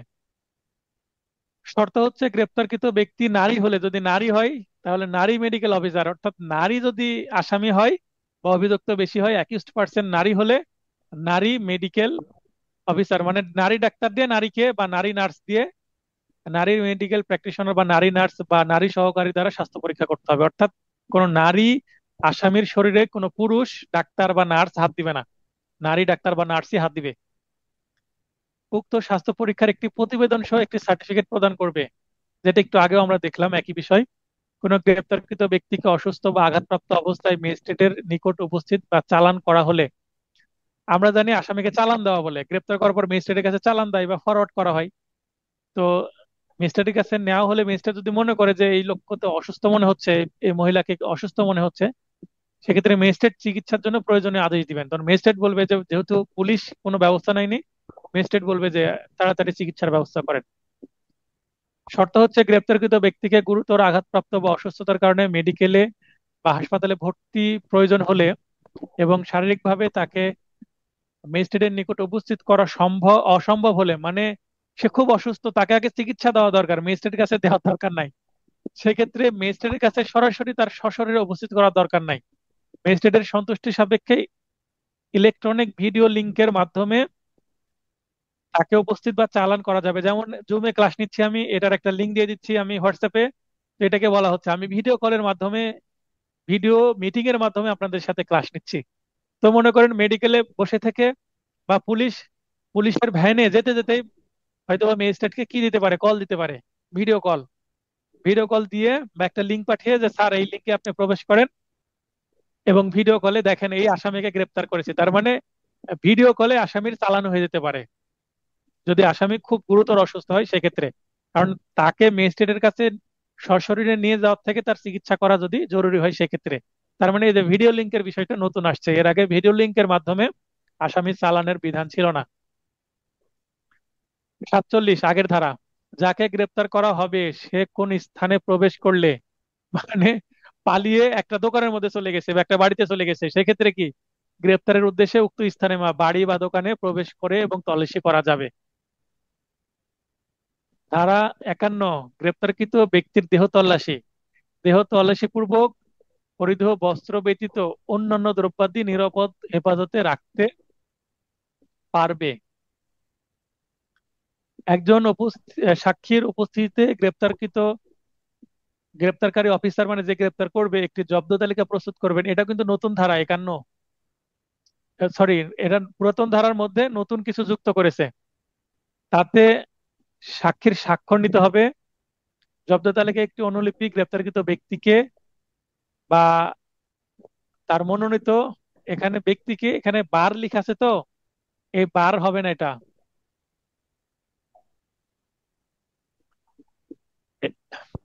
এটা হবে তার। জব্দ তালিকায় একটি অনুলিপি গ্রেপ্তারকৃত ব্যক্তিকে তার মনোনীত ব্যক্তিকে প্রদান করতে হবে, এটা তার করে নেন, তার মনোনীত ব্যক্তিকে প্রদান করতে হবে। এখানে একটু অ্যামেন্ডমেন্ট করা হয়েছে। ধারা 52, নারী দেহ তল্লাশির পদ্ধতি। আসামি যদি নারী হয় তাহলে তার দেহে কোনো মাদকদ্রব্য বা অস্ত্র টস্ত্র বা অবৈধ কোনো কিছু আছে কিনা সেটা তল্লাশি তো করতে হবে। অন্য নারী দ্বারা শালীনতা কঠোরভাবে বজায় রেখে নারী দেহ তল্লাশি করতে হবে, এটা আগেও ছিল এখনো একইভাবে আছে। ধারা 54, বিনা ওয়ারেন্টে গ্রেপ্তার। আগে ছিল 9টি ক্ষেত্রে, এখানে বৃদ্ধি করে 11টি ক্ষেত্রে করে দেওয়া হয়েছে। তার মানে এবার বিনা ওয়ারেন্টে 11টি ক্ষেত্রে গ্রেপ্তার করা যাবে, এখানে অ্যামেন্ডমেন্ট হয়েছে। ম্যাজিস্ট্রেটের আদেশ বা গ্রেপ্তারি পরোয়ানা ছাড়া পুলিশ অফিসার গ্রেপ্তার করতে পারবে 11টি ক্ষেত্রে। কি কি ক্ষেত্র? কোনো ব্যক্তি পুলিশ অফিসারের পুলিশ অফিসারের উপস্থিতিতে আমলযোগ্য অপরাধ, মানে পুলিশের সামনে অপরাধ করছে যেটা আমলযোগ্য, গুরুতর অপরাধ, তখন অ্যারেস্ট করতে পারবে। তো পুলিশের সামনে অপরাধ করলে পুলিশ কি ছেড়ে দিবে? সঙ্গে সঙ্গে অ্যারেস্ট করবে, এটা তো স্বাভাবিক, কমন সেন্সের বিষয়।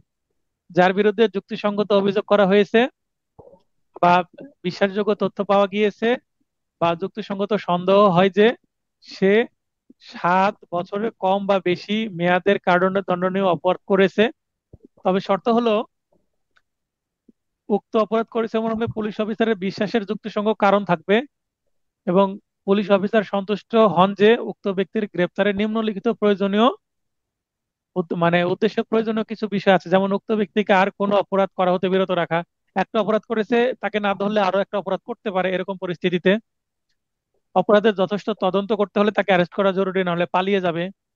অপরাধের প্রমাণ নষ্ট করা হতে বিরত রাখা, সে প্রমাণ ধ্বংস করতে পারে, অর্থাৎ যেই অস্ত্র দিয়ে কোনো কাউকে আঘাত করেছে সে অস্ত্রটা কি লুকিয়ে রাখতে পারে, বা তার শরীরে রক্ত লেগে আছে সেটা ধুয়ে ফেলতে পারে। অপরাধ সম্পর্কে অবগত ব্যক্তিকে আদালত বা পুলিশের নিকট তথ্য প্রকাশ হতে বিরত রাখার জন্য প্রলোভন, হুমকি বা প্রতিশ্রুতি প্রদান হতে বিরত রাখতে, অর্থাৎ যারা সাক্ষী হবে বা ভিকটিম তাকে যেন হুমকি দিতে না পারে। যথাযথ সময়ের মধ্যে আদালতে উপস্থিত করতে, অ্যারেস্ট করা যদি জরুরি হয় তাহলে পুলিশ অ্যারেস্ট করতে পারবে। যার বিরুদ্ধে বিশ্বাসযোগ্য তথ্য পাওয়া গিয়েছে যে 7 বছরের অধিক মেয়াদের কারাদণ্ডে বা মৃত্যুদণ্ডে দণ্ডনীয় অপরাধ করেছে, তাকে অবশ্যই সরাসরি গ্রেপ্তার করতে হবে। আইনসঙ্গত কারণ ব্যতীত যার নিকট ঘর ভাঙ্গার সরঞ্জাম পাওয়া গেছে, মানে একজন ব্যক্তির কাছে ঘর ভাঙ্গার সরঞ্জাম পাওয়া গেছে। এখন তো ঘর ভেঙে বা সে কোনো দরজা জানালা বা গ্রিল কেটে তো বাসায় ঢুকতে পারে। তে সে হয়তো বা ডাকাতি বা চুরি করবে ভেবে তাকে অ্যারেস্ট করা যাবে। কোনো ওয়ান্টেড বা ঘোষিত অপরাধী হিসেবে যার হুলিয়া জারি করা হয়েছে তাকে অ্যারেস্ট করা যাবে। যুক্তিসঙ্গত সন্দেহ সহ যার বিরুদ্ধে চোরাই মাল পাওয়া গেছে তাকে পুলিশের কাজে বাধা দান, হেফাজত হতে পলায়ন ও পলায়নের চেষ্টা করেছে, হেফাজত মানে পুলিশ কাস্টডি হতে পলায়ন। যুক্তিসঙ্গত সন্দেহ সহ প্রতিরক্ষা বাহিনী হতে পলায়ন। পুলিশ কাস্টডি বলতে কিন্তু থানা হতে পারে, পুলিশের ভ্যান হতে পারে, বা পুলিশ সাথে করে হাত ধরে হেঁটে নিয়ে যাচ্ছে সেখানে হতে পারে। মানে পুলিশের আওতায় যে আছে সেখানে সেটা বলা হচ্ছে কি পুলিশ কাস্টাডি। সেটা যে কোনো স্থান হতে পারে। বিদেশে আমলযোগ্য অপরাধ করেছে মর্মে বিশ্বাসযোগ্য তথ্য পাওয়া গেলে তাকে অ্যারেস্ট করা যাবে। মুক্তিপ্রাপ্ত আসামি অত্র আইনের 565(3) ধারার অধীন বিধান ভঙ্গ করে ঠিকানা অবগত না করলে, মনে করেন একটা ব্যক্তি বারবার অপরাধ করে, তখন তাকে যদি বলে যে আপনি থানায় কি নিয়মিত হাজিরা দিবেন প্রতি মাসে একবার, তো সে যদি হাজিরা না দেয় বা সে কোনো এলাকায় ওই এলাকা ছেড়ে ভিন্ন এলাকায় গেলে পুলিশের যদি অনুমতি না নেয়, তখন 565(3) ধারার অপরাধ হবে। তো এটাও যদি কেউ করে তাকে আবার অ্যারেস্ট করা যাবে। কাউকে গ্রেপ্তারের জন্য পুলিশ অফিসার অনুরোধ পেলে তাকেও গ্রেপ্তার করা যাবে। অত্র ধারার অধীন কোনো ব্যক্তিকে প্রতিরোধমূলক আটকের ক্ষেত্রে গ্রেপ্তার করা যাবে না। প্রতিরোধমূলক আটক হচ্ছে প্রিভেন্টিভ ডিটেনশন।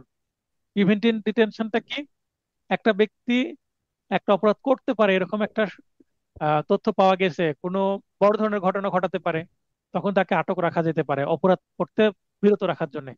সেই ক্ষেত্রে কিন্তু এই 54 ধারা প্রযোজ্য হবে না। 54(a) নতুন ধারা, গ্রেপ্তারকৃত ব্যক্তিকে গ্রেপ্তারের সময় তাকে গ্রেপ্তারের কারণ জানাতে হবে।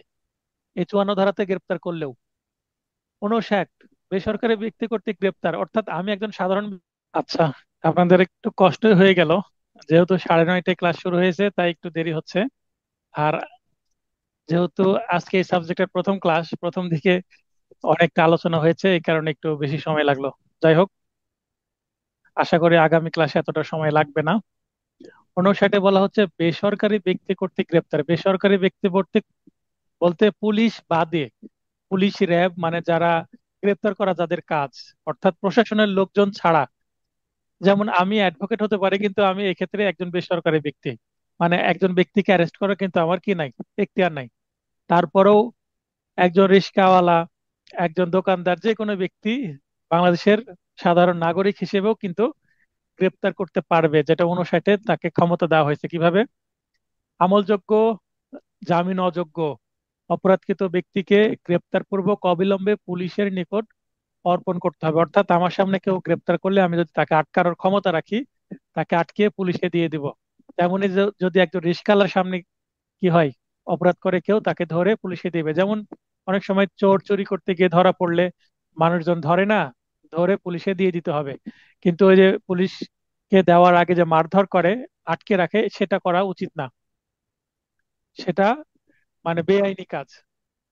কোনো চোরকে যদি ধরা পড়ে, চোরকে ধরে পুলিশে দিয়ে দিতে হবে, কিন্তু চোরকে মানে মারধর করলে কিন্তু আলাদা আরেকটা অপরাধ হবে।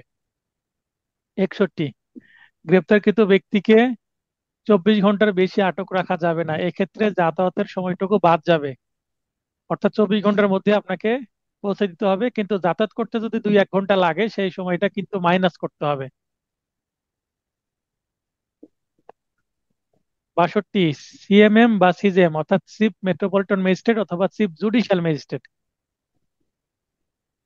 গ্রেপ্তার বিষয়ে প্রতিবেদন প্রদান করতে হবে, অর্থাৎ ইনার কাছে প্রতিবেদন দিতে হবে।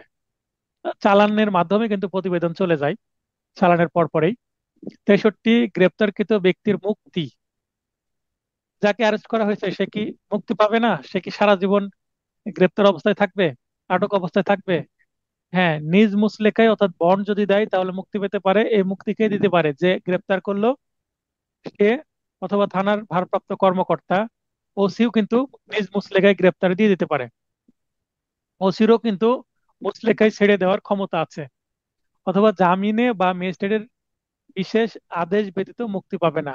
তার মানে যে অ্যারেস্ট হলো সে ওসি মুচলেকা নিয়ে ছেড়ে দিতে পারে, মুক্ত করতে পারে, অথবা জামিনের আদেশের মাধ্যমে জামিনে মুক্তি হতে পারে। 65, তার মানে আমরা সাধারণত গ্রেপ্তার হলে আদালতে এসে তার জামিনের দরখাস্ত করি, তারপরে জামিনে মুক্তি পেলে, মুক্তির আদেশ পাওয়ার পরে কিন্তু সে মুক্ত হয়, রিলিজ হয়। 65-তে বলা হচ্ছে স্থানীয় সীমানায় ম্যাজিস্ট্রেট কর্তৃক ম্যাজিস্ট্রেটের উপস্থিতিতে বা তার নির্দেশে গ্রেপ্তার করার ক্ষমতা। ম্যাজিস্ট্রেটের সামনে যদি কেউ অপরাধ করে তাহলে কি হবে? নির্বাহী ও জুডিশিয়াল উভয় ম্যাজিস্ট্রেট এই ক্ষমতা প্রয়োগ করতে পারবে। তার মানে ম্যাজিস্ট্রেটের সামনে কেউ যদি অপরাধ করে তাহলে ম্যাজিস্ট্রেট পুলিশকে ফোন দিয়ে অ্যারেস্ট করাতে পারবে। এটা কমন সেন্সের বিষয়, সাধারণ ক্ষমতা। 67, আজকের সর্বশেষ ধারা, গ্রেপ্তার সংক্রান্ত বিধান কোনো পুলিশ অফিসার লঙ্ঘন করলে তার বিরুদ্ধে ম্যাজিস্ট্রেট যথাযথ ব্যবস্থা নিতে পারবেন। তাহলে গ্রেপ্তার করতে যে বিধানগুলো নতুন আমরা দেখলাম, এইটা যদি কোনো ম্যাজিস্ট্রেট কি করে লঙ্ঘন করেন তাহলে কিন্তু ম্যাজিস্ট্রেট ওই পুলিশের বিরুদ্ধে কি করবে? ব্যবস্থা নেবে। তার মানে একটু কড়াকড়ি হয়ে গেছে। তো আজকের আলোচনা এতটুকুই। কারো যদি প্রশ্ন থাকে প্রশ্ন করবেন, আমি সবাইকে লাইনে আসার সুযোগ করে দিচ্ছি। হ্যাঁ, এই মুহূর্তে আপনারা যে কেউ মাইক অন করে কথা বলতে পারবেন। যার প্রশ্ন করার দরকার আছে সেই লাইনে এসে কথা বলেন, আর যে প্রশ্ন করতে চাচ্ছেন না সেই লাইনে আসা দরকার নাই। অথবা এই ক্লাসের ভিডিও রেকর্ড হচ্ছে, ভিডিও যথাযথ অন্য অন্য ক্লাসের মতোই আমি দিয়ে দিব, কালকে অথবা পরশুদিনের মধ্যে পেয়ে যাবেন। ভিডিও দেখে বা নোটটা পড়ার পরেও যদি এই সেকশনগুলোতে কোনো জায়গায় প্রবলেম হয় আমাকে মেসেজ করে দিবেন। 24 ঘন্টা যে কোনো সময় মেসেজ করে দিবেন। সরাসরি কল করার দরকার নাই, জাস্ট মেসেজ দিবেন, স্যার একটু কথা বলতে চাই, বা ভাইয়া একটু কথা বলতে চাই, বা এই ধারার এই বিষয়টা বুঝতে পারিনি, সেটা লিখে পাঠাতে পারেন, বা আমার নোটের ওই সংশ্লিষ্ট অংশ একটু দাগ দিয়ে ছবি তুলে পাঠাতে পারেন যে এই জায়গায় আমি একটু বুঝতে পারিনি, একটু বুঝিয়ে দেন। তখন আমি সঙ্গে সঙ্গে না পারি আমার সুবিধা মতো সময়ে আমি কল ব্যাক করে বুঝিয়ে দেওয়ার চেষ্টা করব। এটা আমি প্রতিনিয়ত করি, বেশ কয়েকজন এইভাবে আমার থেকে কিন্তু হেল্প নিচ্ছেন। অতএব সবাই এটা নিতে পারবেন, সবার জন্য প্রশ্ন করলে উত্তর আছে। তো যেহেতু কেউ প্রশ্ন করছেন না, রাত হয়ে গেছে, সবার সুস্বাস্থ্য কামনা করে ক্লাসটি শেষ করছি। শুভরাত্রি।